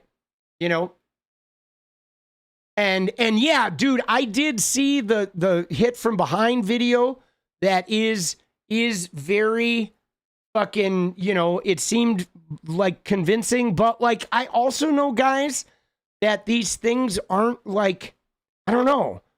You know what I'm saying? I mean, in theory, we should have an ME and a ballistics report, and we should see all this. And yeah, dude, Cash fucking didn't operate well. The whole thing is murky at best. Okay? It's at murky. Well, no, they did an autopsy, Scorpion. I think they did an autopsy. It is my understanding the indictment mentioned an ME report that was going to be available in a couple of weeks. Okay, so the indictment said there's an ME report. Now, we haven't seen this, And of course, the ME report, we haven't seen an ME report. We haven't seen a ballistics report. I mean, obviously, you're not going to see this shit until the trial. Okay? Like, right? In all likelihood, because of the trial and because this kid's not cooperating and he may get off even if they fuck this up. And because of the way 𝗙ście𝗶𝗹𝗀𝗀 behaved and shit, right? They're like, you know, they're gonna probably sit on all that. Okay. Now, here's the thing though, guys, is like the thing about this is this shit is sometimes just a little like weird and wild and quirky. You know what I'm saying? So we don't know. We don't know. All right, we'll see. And we'll look into some of that. I'll look into it because, guys, it's content that does well. So I will look at the conspiracy theories. Why? Because the same reason these guys are starting them. And we're not going to look at it tonight, but I'm going to do a little research and we will look at some of those conspiracies. Why? Because I need money to survive. So there you go. All right. Hey, man, at least I'm honest about it. But I mean, it is intriguing. You know, I do like looking at all the possibilities. But guys, dude, we gotta look at Luigi, bro. Dude, Luigi might get off, guys. You ready for this? This is our last thing, and then I'm gonna dance. But Luigi, look at this shit, dude. Judge Garnett just hit the DOJ with a warning in the Luigi Manion case, right? Okay, and this is big, guys. This is fucking huge. Okay, back in April, Judge Garnett barred political commentary after Pam Bondi tied the death penalty to Trump's agenda. But Mangione's defense team say officials kept talking. They linked him to left-wing extremist groups. They're even tying Rhetoric to Charlie Kirk's murder, despite no evidence. Okay? And so they're filing this shit. The defendant filed a letter advising the court of various public statements made about this case by various members of the government. It appears this letter, multiple employees of the Department of Justice may have violated Local Criminal Rule 23.1 in the court's order from April, specifically identifying the strictures of this rule for counsel and directing the prosecution team to ensure the highest levels of DOJ up into including Pam Bondi were aware of and understood they were bound by this rule. They're not supposed to be talking about this shit, guys. Okay? They're not. They're supposed to shut up. But they're like basically counting this guy as guilty. Remember the perp walk? Like, dude, this shit is crazy. Okay? So there is some beef here about Pam Bondi and other members of the DOJ still running their mouth about this. Okay? And accordingly, the government is directed to respond to those portions of the September 23rd letter by October 3rd, 2025, and to include with their response a sworn declaration from a person of suitable authority, right, that explains to the court how these violations occurred despite the court's order. Because basically the court said, hey, guys, DOJ, you guys need to shut up about the Luigi case. And everybody in the DOJ is still flapping their gums. Okay? And what steps are being taken to ensure that no future violations occur? The government is also directed to advise the Deputy Attorney General, that's Todd Blanche, okay, for dissemination within the department as appropriate that future violations may result in sanctions, which could include personal financial penalties, contempt of court findings, or relief specific to the prosecution of this matter. The government's declaration shall also include confirmation that this message has been conveyed to the Deputy Attorney General. So, dude, they're going to fuck up the case, man. You know what I'm saying? They are going to fuck up the case, okay? So they have to now, they're on their heels, and they're possibly no death penalty, or that the indictment will get tossed if they keep fucking doing this shit. Okay? And I think this is really important here, guys, because it's not just about Luigi. It's about the bad habit we have now, okay, that's happening here in America, where the minute a shooting goes on or the minute some high-profile crime like this goes on, politicians with these huge followings online start judge and jurying the case. They no longer use the word alleged, right? They start declaring facts of this case and monetizing that shit online. Likes on Twitter, clicks on YouTube. But all of that compromises people's ability to actually get a fucking legitimate trial. You know what I'm saying? Right? A legitimate trial. Okay? Multiple DOJ employees, including high-ranking staff in the Office of the Attorney General, likely violated Criminal Rule 23.1, okay, barring prejudicial public comments. You can't make prejudicial comments publicly. You can't be in the Attorney General's office and say, yeah, this Luigi guy is guilty and we're sick of this political violence, this left-wing violence. You can't do that shit. You haven't proven any of this shit in a court of law. You can't have the people prosecuting these guys commenting about their guilt and leaking fucking details from the case as if it's fact and spreading that shit to millions of followers online. Dude, that shit is horseshit. Prohibits lawyers and non-lawyer personnel under their supervision from making public statements about a pending criminal case if it could interfere with the fair trial, dude. And all of them, like Luigi, became a poster child of their shit. Okay, they have to file a declaration explaining how these violations happen, how they're going to make sure they don't happen again. And they basically put the Trump DOJ on notice. If you guys make any more political commentary about Luigi or this case, it may get the case tossed. Okay? Dude, that shit is wild. Okay? Right? Dude. This shit is nuts, bro. Yeah. And I mean, I think this is fair too, right? Is because they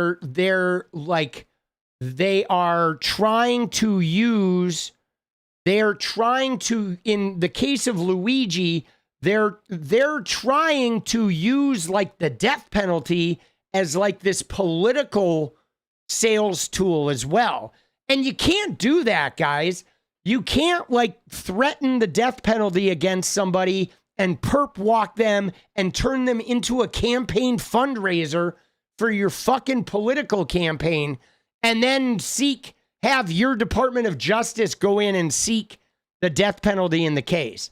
Dude, that shit just ain't gonna fly, dude. Yeah, this is it, right?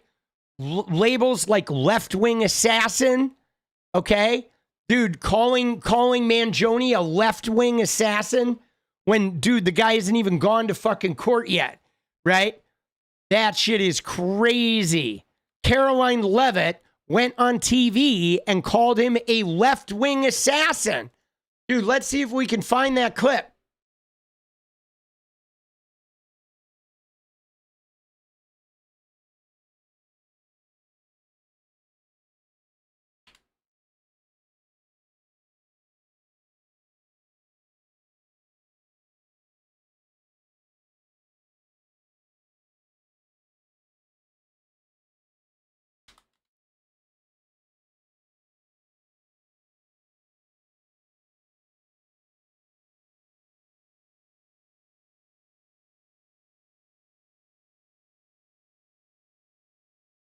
All right, here we go. A left-wing assassin shot United Healthcare CEO Brian Thompson right in the back in the heart of New York City. ICE agents are... A left-wing assassin shot United Healthcare CEO Brian Thompson right in the back in the heart of New York City. Huh. ICE agents are... Dude, Yeah. Not okay, guys. That's a huge fucking, like, that shit will get a case overturned, bro. Right? Left-wing assassin. Dude, what the fuck are they talking about? Zero proof. Zero pushback. This is from the White House. From the goddamn White House. This is the U.S. government who is the people prosecuting this case. And they have an idiot with, by the way, dude, what the fuck has she done to her lips? Can I just say, have you seen the last picture of her? Like, dude, what the fuck is this? Look at this shit, bro. Let me find her, dude. Hold on, you ready?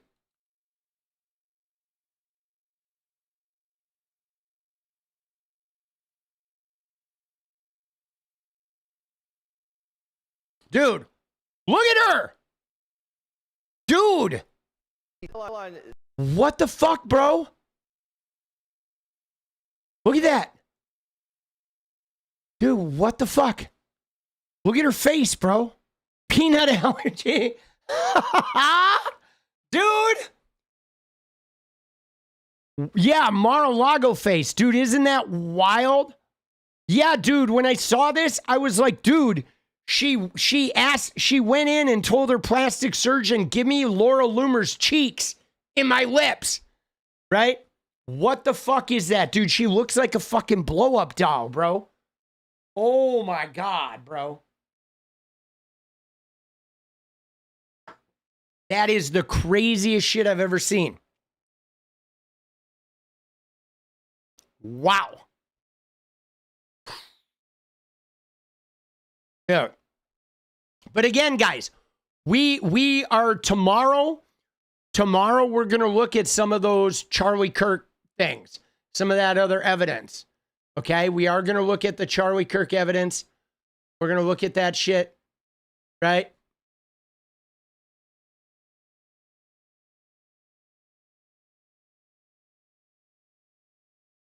I'm looking to see if there's anything else in Discord that's interesting.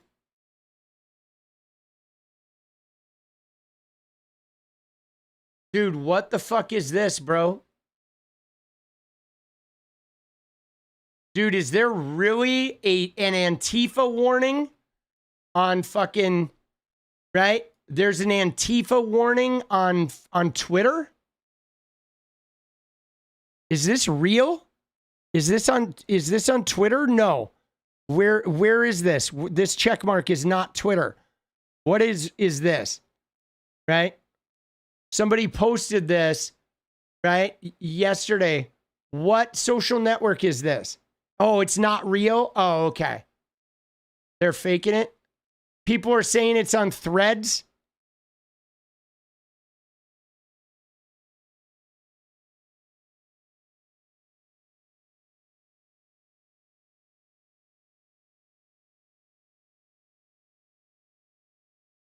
Yeah, dude. Dude, we have somebody promoting this shit in fucking our Discord, bro. Hold on, I'm fucking gonna...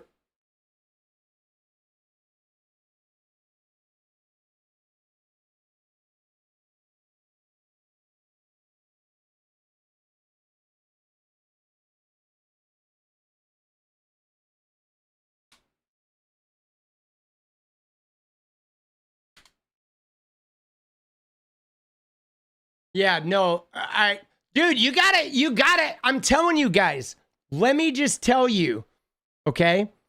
Let me just tell you, all right, is,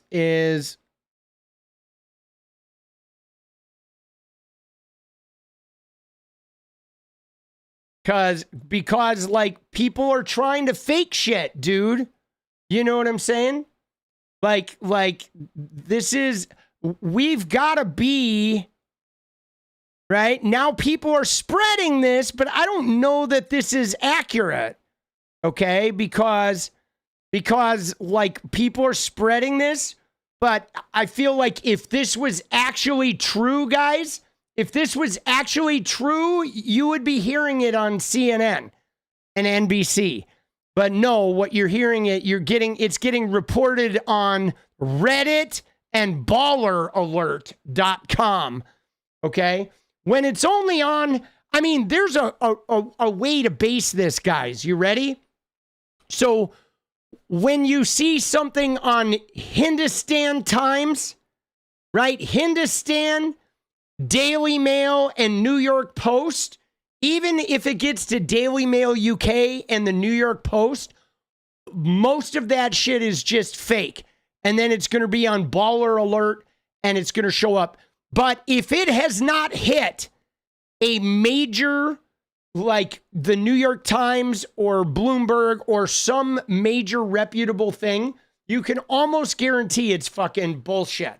And they might be a day behind, but like this shit, the fact that it's getting promoted on balleralert.com, we know that this shit is fucking BS, right? Okay? We know that this shit is BS, right? Absolutely. But you got to double check this shit, okay? You got to double check this shit. We do. It's an unfortunate thing right now that we have to do. This is an unfortunate part of our world now, okay? Is that anytime you see information on the internet, especially if it gets you activated, you gotta check the validity of it, right? Dude, you have to. You have to double check everything, right? You have to double check everything. Yeah, the Hindustan Times, dude, you know what I'm talking about, right?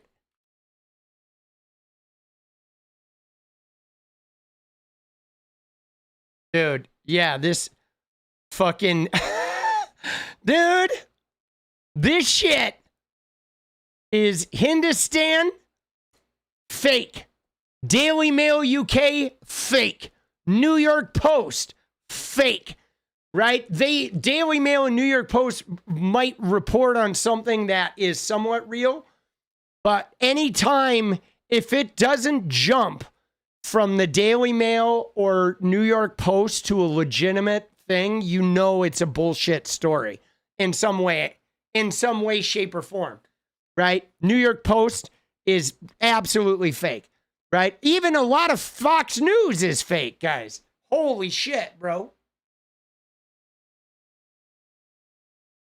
But just so you know, if somebody did this, like I was thinking, if somebody did this, this would be a massive lawsuit. Dude, I would love for, fucking Meta to tag me with something like this, dude. I would be a millionaire, bro. Oh my God.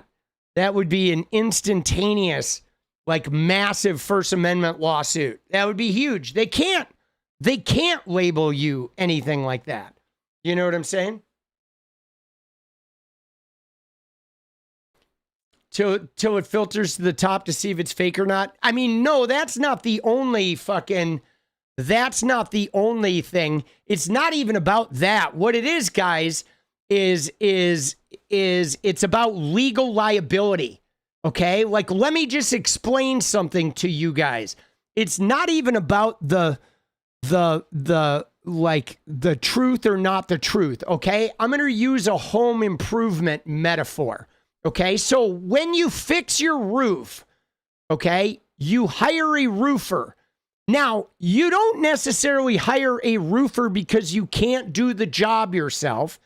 You hire a roofer because then he has legal liability for your roof. So if it doesn't get done right and something goes wrong, you can sue him and you get a new roof. He is liable. That's why you hire people. Okay, now subcontractors will do this. Okay, if you hire a general contractor to do your house, that contractor will hire a roofer to do your roof, because that way, if there's liability, the roof gets done wrong, he doesn't lose his money. And he's going to subcontract because of legal liability. And all of America functions on legal liability, which is why it's not like CNN is trustworthy, or CNN or NBC or Bloomberg or the New York Times. They make mistakes and they will sometimes put out misinformation. But when you see something on the New York Times, it has cleared legal liability. That's the difference, okay? A room full of lawyers looked at that claim, looked at the information the reporters had, and they assumed legal liability to put that thing out. Now, 99% out of 100, when that legal liability comes through, you're guaranteeing that there's enough truth to that story that they have assumed it. Now, Fox News is one of those murky examples because Fox News blurs the line because they're not officially news. They argue in court that they're entertainment. Okay, so Fox News has an element of Daily Mail, right? If you try to sue Daily Mail, you try to sue the New York Post, they say, we're not news, we're an entertainment magazine, okay? And Fox News does that same thing where they go under entertainment. It's Fox News Entertainment, okay? So they are skirting the need for that legal liability under that entertainment umbrella, okay? But CNN, NBC, MSNBC, those guys are straight news programs.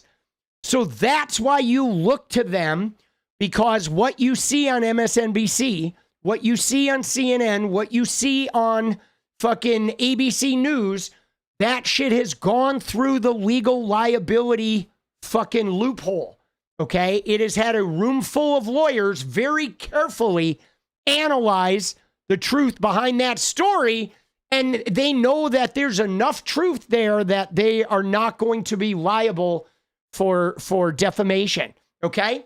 And that's what it is. And guys, this legal liability shit is like really, there's a lot of this. There are a lot of these markers. Somebody said they should teach this in middle school. They really should, because knowing about the legal liability and shit is how you really determine the trustworthiness of stuff that comes out. You know what I'm saying? Is that legal liability like fucking framework. It's really helpful to know like what is accurate information and what is not. And that's really, guys, you ready?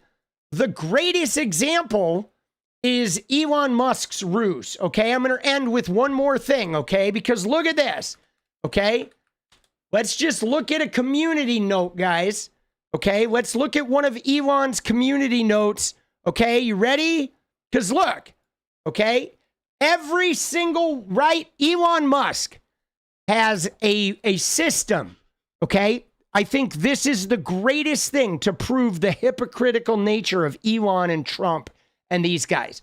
Because Elon buys Twitter and he establishes a system of knowing the truth. How? Through community note, where you can provide verified sources that will community note and comment on the truth. But all of the community note sources are media companies that have established that legal liability that I just talked about. So Elon Musk says you can't trust the mainstream media, and his $45 billion social media network exclusively relies on the mainstream media as the arbiter of truth via his community note system. So Elon Musk is a fucking liar because he says, oh, the mainstream media is untrue. And then they base all of their community notes on mainstream media. Why? Because the mainstream media is true, because it has exercised that legal liability fucking process. And yeah, Argentina is bullshit, guys. Okay, 20 billion. They already have to bail out Milei, the guy who gave Elon a chainsaw. Right? Milei, the chainsaw guy, the crazy right-wing libertarian, he's already tanked Argentina's economy. And now we're going to go bail him out. They're not going to bail you out. They're going to bail out the farmers that are suffering because of the trade war. Okay? Dude, such bullshit. Dude, this is bullshit. Look at this shit. Where is it? Right here. Okay? Trump created a trade war, fuck the farmers. Now he's going to pay them off. Okay? They won't help you get a college education. They won't help you with health care. Nothing for our quality of life. But if you're a farmer who votes MAGA, they're going to fuck you with tariffs, and then they're going to pay you to vote for them again. Dude, fucking bullshit, bro. And the same with fucking Argentina, man. You know what I mean? Student loans were a no-go, but the irresponsible chainsaw freak from Argentina who talks a lot of shit and sank the Argentinian economy, they're going to bail him out. America first. Let's bail out Argentina, right? And then look at this shit, though, right? They want to talk about ICE violence? Let's talk about Valentina Gomez, you fucking clowns. She's running for Congress in Texas. Gee, no wonder they're shooting people in Texas. No wonder they're shooting ICE detainees. Fucking clowns. Dude, Malay, what a loser, bro. We all knew this guy was going to be a fucking clown, dude. Look at him. Look at that. Argentina elected Javier Milei as their next president. Don't tread on me. History's been made. Prosperity is ahead for Argentina.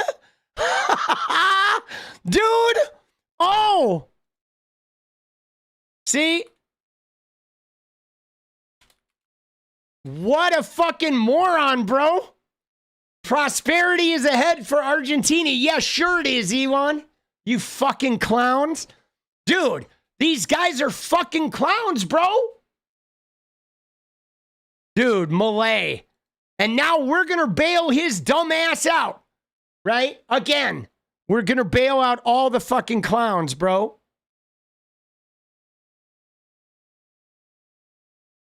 Look at this.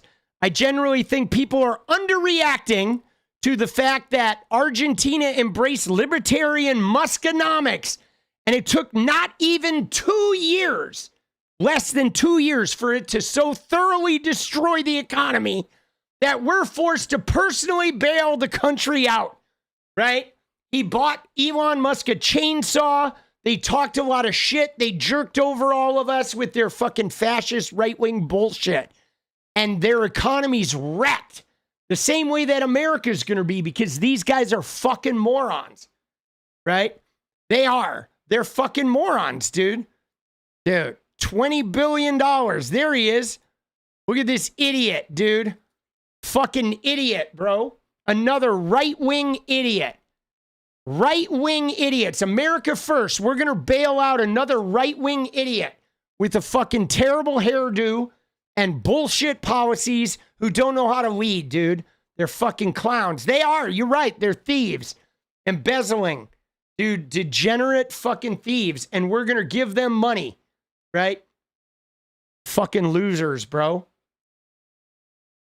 Dude, he looked like Putin's asshole with right? Putin's asshole with John Travolta wig, right? Wearing an Elvis wig. That's what he is. It's an Elvis wig with chops placed over Putin's asshole.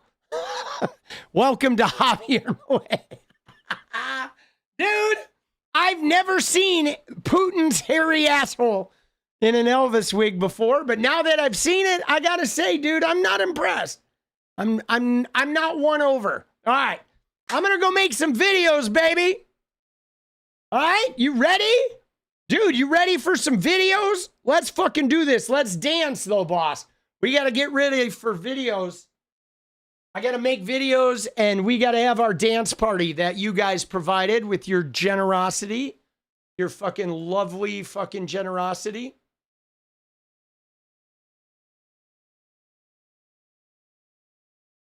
Don't forget to get your official Charlie Kirk right-wing groomer coin.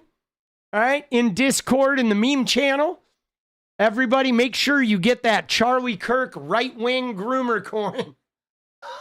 Made out of birch gold.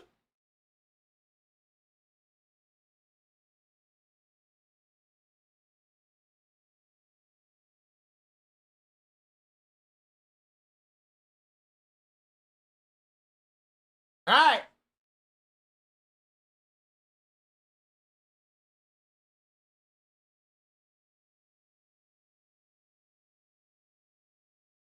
Dude. Oh, shit.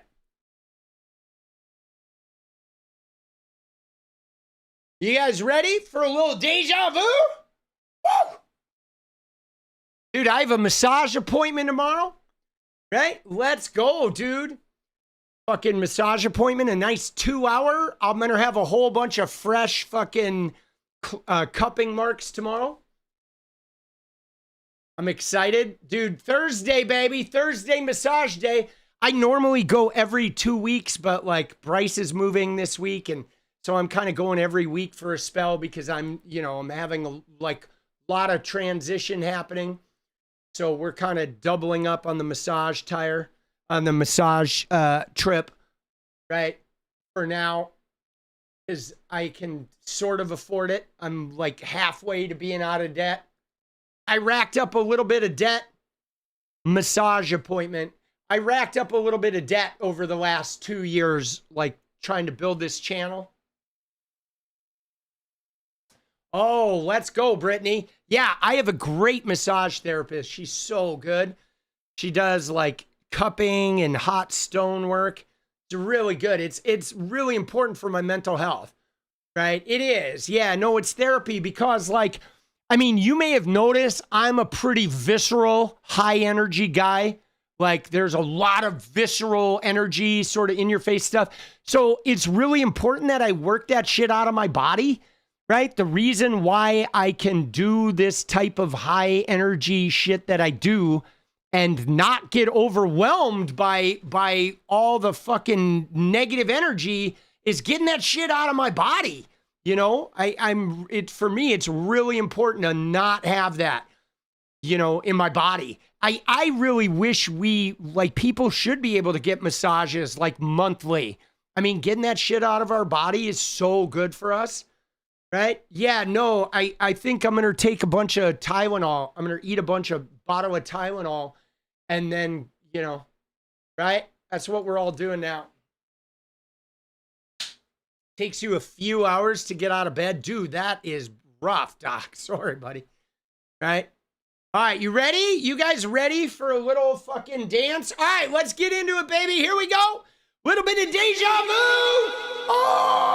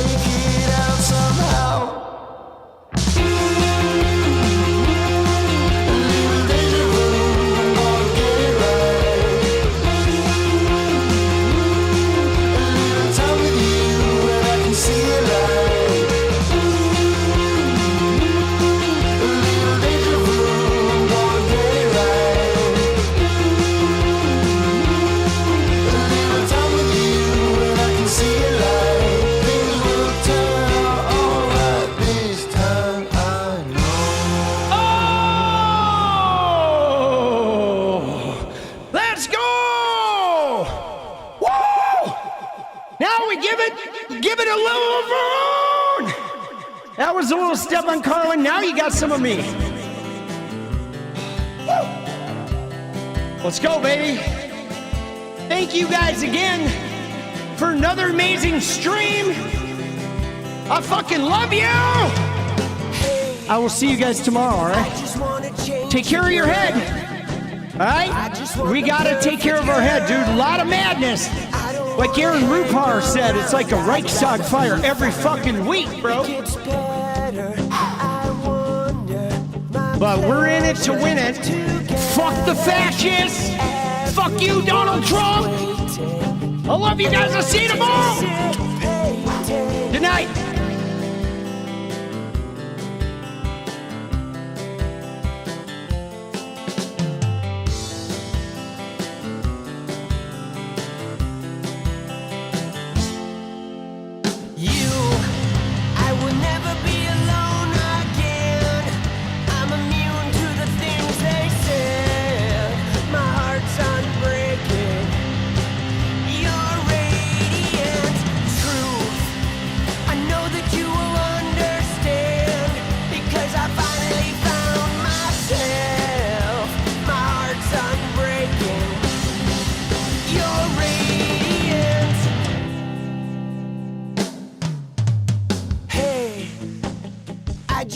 Change the world, but I'm not gonna wait my turn. I don't ever want to come down, I'd rather be found. It gets better, I wonder, my pleasure together. Everyone's waiting, anticipating.